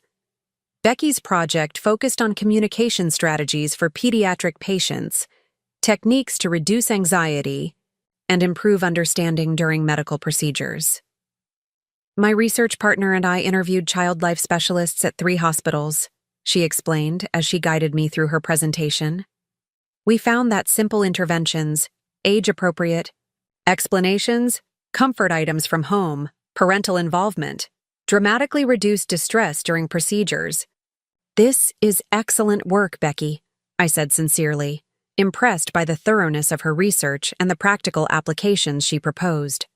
Have you considered how these findings might be implemented at Oak Ridge, particularly in the new pediatric mental health wing? Her eyes widened.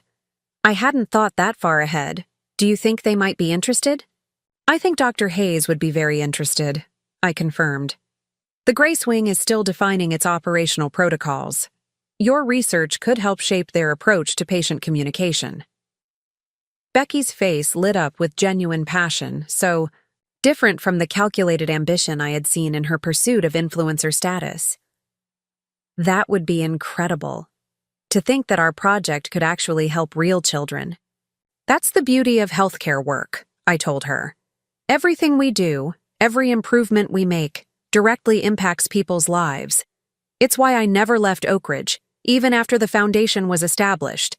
I needed that direct connection to the people we were serving. Becky nodded thoughtfully. I get that now. I really do. As we continued through the showcase, Becky introduced me to her instructors and classmates, proudly identifying me as both her mother-in-law and a healthcare administrator. The respect in her voice when she mentioned my work was yet another small miracle in our evolving relationship. Later that evening, as Tom, Becky, Grace, and I shared dinner at a local restaurant to celebrate Becky's successful presentation, I found myself observing my family with a sense of wonder. Here we were, sharing a meal, engaging in genuine conversation, supporting each other's endeavors, all things that had seemed impossible in the dark days following my retirement announcement. Grace, perceptive as always, caught me watching them. "Why are you smiling like that, Grandma?" she asked. "Because I'm happy," I told her honestly. "Happy to be here with all of you." "Even though we forgot your retirement party?" she pressed, clearly repeating something she had overheard. Tom nearly choked on his water. "Grace, we don't need to bring that up." "It's okay," I assured him, then turned to Grace. "Yes, even though that happened. Sometimes in families we make mistakes, we hurt each other. But if we're willing to acknowledge those mistakes, apologize, and work to do better, relationships can heal. They can even become stronger than before. Like when I broke Mom's favorite vase, Grace reasoned, and I said sorry and used my allowance to help buy a new one, and now Mom says she likes the new vase even better. Exactly like that, I laughed. amazed at her ability to distill complex emotional truths into childlike parallels. Tom reached across the table and squeezed my hand briefly. "We're still working on making it up to you, Mom. The new vase isn't quite in place yet." "It's getting there," I assured him, returning the gentle pressure. Day by day, it's getting there. As winter melted into spring, the Gracewing neared completion. Dr. Hayes invited me for a private tour before the official ribbon-cutting ceremony, allowing me to see the finished spaces without the distraction of crowds. The facility exceeded my expectations. Warm, welcoming spaces designed specifically for children's needs, state-of-the-art therapy rooms, family consultation areas, and even an indoor garden where young patients could connect with nature regardless of weather. "It's magnificent," I told Dr. Hayes as we stood in the central atrium, sunlight streaming through skylights onto the colorful floor tiles. "Better than I could have imagined." "Much of the credit goes to your son," Dr. Hayes replied. "His marketing consultancy expanded into some valuable design input. The butterfly motif throughout the wing was his suggestion. Something about transformation, being central to the healing process." I blinked back tears, recognizing the reference to Tom's butterfly metaphor from months ago. Without my knowledge, he had woven that symbol of family transformation into the very fabric of the wing. "The ribbon cutting is set for next Saturday," Dr. Hayes continued. "The board hopes your entire family will participate in the ceremony." "We'll be there," I promised, imagining Grace's delight when she saw the butterflies incorporated throughout, the space that shared her name. As I left the hospital that day, I received a text from Daniel. "Can you meet at Cooper's Cafe tomorrow? Need to discuss something important." The message concerned me. Daniel had been a steadfast support throughout the family drama, but we hadn't needed to discuss anything urgently in months. I texted back my agreement, wondering what could be prompting this meeting. The following morning, I arrived at Cooper's Cafe to find Daniel already waiting at our usual table, 2 steaming mugs before him. His expression was serious, but not grim. "Everything okay?" I asked as I slid into the seat across from him. "Fine," he assured me quickly. "Better than fine, actually, but I wanted to talk to you before making any announcements." I raised an eyebrow, waiting for him to continue. "I'm retiring," he said simply. "Selling my veterinary practice to my associate. The paperwork is almost finalized." "Daniel, that's wonderful," I exclaimed. "You've been talking about cutting back for years." He nodded, a smile playing at the corners of his mouth. "There's more. I'm moving to Silver Springs. Found a little cottage just down the coast from yours. Needs work, but the location is perfect." The news delighted me. Daniel had become more than just my late husband's brother over the past difficult year. He had been my rock, my confidant, my most steadfast supporter. Having him nearby in Silver Springs felt right somehow. "What prompted the decision?" I asked, genuinely curious. Daniel had been established in Pinecrest for decades. He shrugged slightly. "Life's too short for someday. Watching you reclaim your life this past year, standing your ground, pursuing your passions, rebuilding relationships on healthier terms, it inspired me. I've been talking about retiring to the coast for 20 years. It's time to stop talking and start doing." His words touched me deeply. In all the chaos of the past year, I hadn't considered that my journey might influence others beyond my immediate family. "There's one more thing," Daniel added, his tone shifting slightly. "I want to set up a foundation of my own. Nothing as grand as yours, but focused on animal welfare in underserved communities. Veterinary care for families who can't afford it, support for shelter adoption programs, that sort of thing."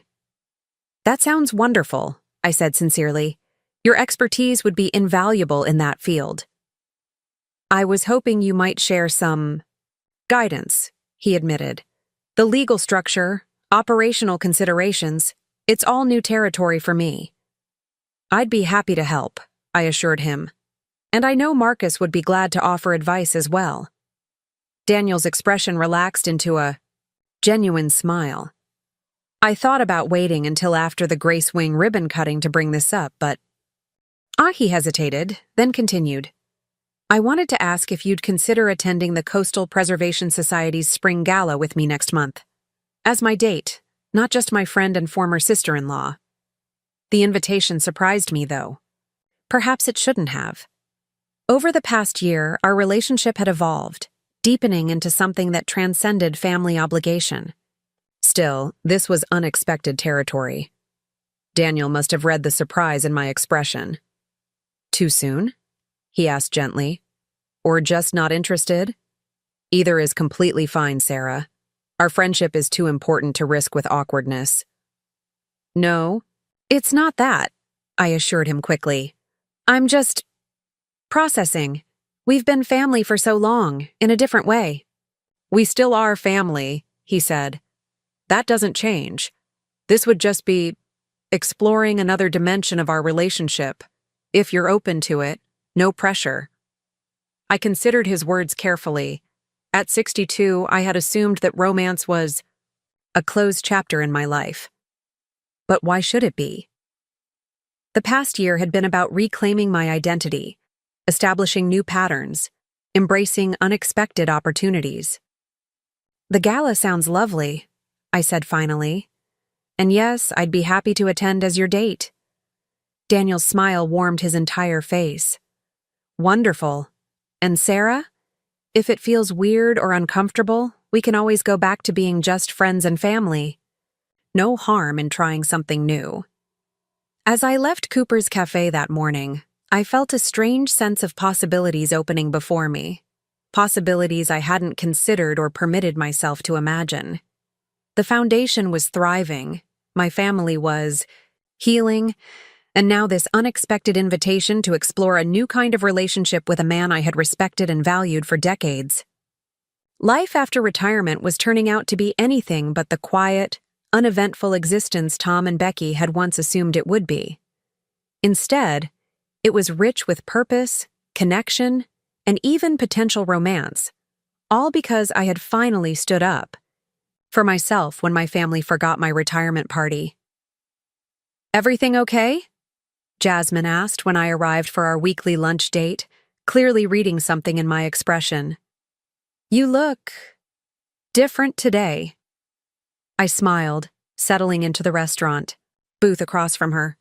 Everything is better than okay. The Grace Wing is ready for the ribbon cutting. Tom's marketing consultancy with the foundation is going extraordinarily well. Becky's nursing program has reconnected her with her original passion for healthcare. And, Jasmine prompted, knowing me too well to miss that I was holding something back. And Daniel asked me on a date, I admitted. A real date, not just a family outing or friendly support. Jasmine's face lit up with delight. About time. I've seen how he looks at you for months now. It's too soon to say where it might lead, I cautioned. But it feels right to be open to the possibility. That's all anyone can ask, Jasmine agreed, being open to possibilities. As we continued our lunch discussing the upcoming ribbon-cutting ceremony and Daniel's retirement plans, I reflected on how profoundly my life had changed since that painful day when my family had forgotten my retirement party. What had begun as heartbreak had transformed, like the butterfly in Tom's metaphor, into something entirely new and unexpectedly beautiful. The path hadn't been easy. There had been confrontations, tears, legal maneuvers, and painful truths exposed. But through it all, a stronger, more authentic family had emerged, one based on mutual respect rather than financial dependence, on genuine appreciation rather than obligation. And I had emerged stronger too, more assertive in my boundaries, more confident in my worth, more open to new possibilities. The retirement my family had once dismissed as premature had become the gateway to the richest chapter of my life. As I drove home that afternoon, I found myself humming a melody I hadn't thought of in years. my mother's favorite song, about new beginnings and second chances. The road ahead was uncharted, but for the first time in decades, that uncertainty felt exhilarating rather than frightening. Whatever came next, with the foundation, with my family, with Daniel, I would face it on my own terms, with clear boundaries and an open heart. The forgotten retirement party had been painful, but it had also been necessary, the catalyst for changes that none of us could have imagined. And for that, strangely enough, I was grateful. The day of the Grace Wing ribbon cutting arrived with perfect spring weather, sunshine bathing the Oak Ridge Memorial Campus, flowering trees in full bloom, a gentle breeze carrying the scent of new beginnings. I arrived early, wanting a few moments alone in the space before the crowds gathered. The butterflies Tom had incorporated into the design seemed to dance along the walls in the morning light, symbols of transformation that felt more meaningful with each passing day. Dr. Hayes found me in the central atrium, gazing up at the stained glass butterfly installation that cast colorful shadows across the floor. "It's quite something, isn't it?" he said, following my gaze upward. "Every detail designed with healing in mind." I nodded, emotion tightening my throat. "It exceeds all my hopes, William. The children who come here will feel safe, valued, understood." "That was always your priority," he acknowledged. "Even when you ran hospital administration, the patients came first, politics and paperwork second." We walked through the quiet spaces one last time before they would be filled, with visitors, board members, and media. The therapy rooms with their soothing colors and comfortable furniture. The family consultation areas designed to feel like living rooms rather than clinical spaces. The small library filled with books about emotions, resilience, and growth. "Your family should be arriving soon," Dr. Hayes noted, checking his watch. Tom texted that they're on their way. The mention of family brought a rush of gratitude. A year ago, I couldn't have imagined us all gathering for this milestone, united in purpose and pride. The forgotten retirement party had been painful, but it had led us here. To a deeper understanding, a more authentic connection, a shared vision of what family could be. The doors opened precisely at 10, and guests began to arrive. Hospital, board members, local officials, healthcare providers who would be working in the new wing, all flowing into the atrium with expressions of wonder and approval. I greeted them warmly, thanking them for their support, but my eyes kept drifting to the entrance, watching for my family. They arrived together, Tom in a suit I hadn't seen before, Becky looking professional in a simple dress that reflected her new nursing student identity, and Grace beaming in a special outfit adorned with, of course, butterflies. Behind them came Daniel, his steady presence a comfort as always. Grace spotted me first, running across the atrium with outstretched arms. "Grandma, this place has my name, and butterflies everywhere." I knelt to embrace her, inhaling the familiar scent of her strawberry shampoo. "It does indeed. What do you think of it?" "It's beautiful," she declared with absolute certainty. "The kids who come here won't be scared at all." Tom and Becky approached more slowly, taking in the space with evident awe. "Mom, this is incredible," Tom said softly. "The foundation has created something truly special here." "We all created it," I corrected gently. "Your butterfly concept became the guiding vision for the entire design." Tom looked momentarily embarrassed by the acknowledgement, but I could see the pride in his eyes.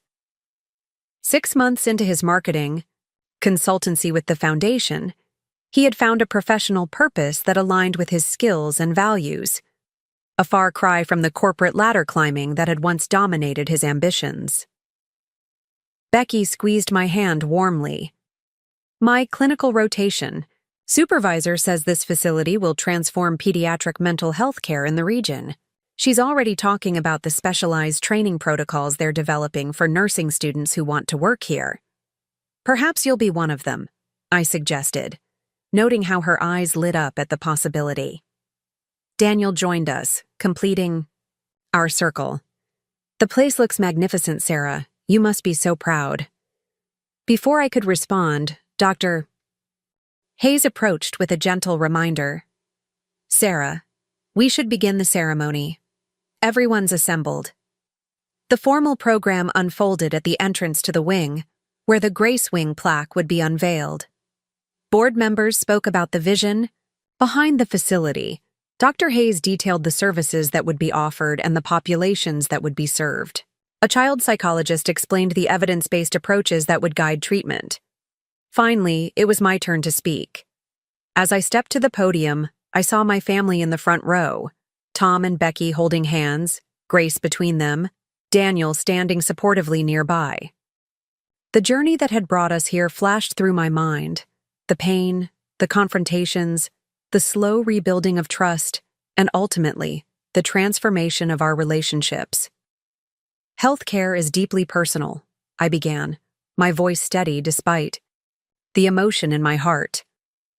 We come to it during our most vulnerable moments, seeking not just medical intervention but human connection, understanding, and hope. Children facing mental health challenges need this connection more than most. A safe harbor where they can process difficult emotions, develop coping skills, and build resilience that will serve them throughout their lives. I gestured to the wine's butterfly imagery visible through the wing's entrance. The butterfly has become the symbol of this facility for good reason. It reminds us that transformation is possible, that growth often requires struggle, and that what emerges from that struggle can be more beautiful and resilient than what came before. My eyes found Grace in the audience, her young face solemn, as she absorbed my words. The name Grace Wing carries multiple meanings. It honors the quality of grace itself, the dignity, compassion, and kindness that should infuse all healthcare. It acknowledges that second chances and new beginnings are possible even after difficult chapters. And yes, I smiled gently, it carries personal significance for my family, particularly my granddaughter Grace, who embodies the curiosity, resilience, and joy that we hope to nurture in every child who comes through these doors. As I continued, describing the specific programs that would be offered, I noticed Tom discreetly wiping a tear from his eye, Becky squeezing his hand supportively. This moment of vulnerability from my once defensive son touched me deeply, evidence of how far we had all come. In closing, I said, I want to thank everyone who has made this vision a reality: the foundation board, the hospital administration, the construction teams, and especially my family, whose support and input have been invaluable throughout this journey. Together, we have created something that will serve our community for generations to come. The audience applauded warmly as Dr. Hayes joined me at the podium for the official unveiling of the plaque. As the cover was removed, revealing the elegant Grace Wing lettering, a spontaneous cheer erupted from the crowd. Grace's face lit up with wonder, and Tom wrapped an arm around her shoulders proudly. After the ceremony, as guests toured the facility and enjoyed refreshments in the atrium, Tom approached me privately. I have something for you, he said, handing me a small gift box. A token of appreciation for everything. Inside was a delicate butterfly pendant in silver and amber, simple, elegant, meaningful. It's beautiful, I said sincerely, touched by the thoughtfulness of the gift. Thank you, Tom. Grace helped pick it out, he admitted. She said it had to be amber because that's the color of hope. He paused, seeming to gather his courage. Mom, I know we've come a long way this past year, but I want to say explicitly, I'm sorry for forgetting your retirement party, for treating your retirement as an inconvenience rather than the significant milestone it was. You deserved better. The apology, direct, specific, unqualified, was perhaps an even more precious gift than the pendant. Thank you for saying that, I replied softly. It means a lot to hear it. I'm learning, he said with a small, self-deprecating smile. Slowly, maybe, but I'm trying. That's all any of us can do, I assured him. Try our best, learn from our mistakes, and keep moving forward. Later, as the event wound down and guests began to depart, Daniel suggested we all continue the celebration with dinner at my cottage in Silver Springs. The weather's perfect for a barbecue on the deck, he pointed out, and I happen to know Grace has been practicing her s'mores-making technique for just such an occasion. Grace's enthusiastic agreement settled the matter, and by late afternoon, we had gathered at the cottage, my once private sanctuary now filled with family laughter and conversation. As the sun began its descent toward the horizon, casting golden light across the water, I found myself on the deck with Daniel, watching Tom and Becky help Grace construct elaborate s'mores by the fire pit on the beach. "Penny, for your thoughts?" Daniel asked, noticing my contemplative mood. "I was just thinking about how life surprises us," I replied honestly. "A year ago, I was devastated when they forgot my retirement party. I thought our relationships might be permanently fractured. Now look at us." Daniel nodded, understanding in his eyes. "Painful moments often become turning points if we let them.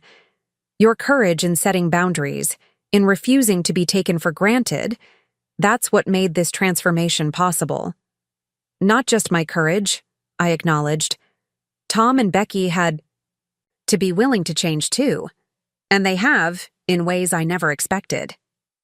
We stood in comfortable silence, watching the tableau below.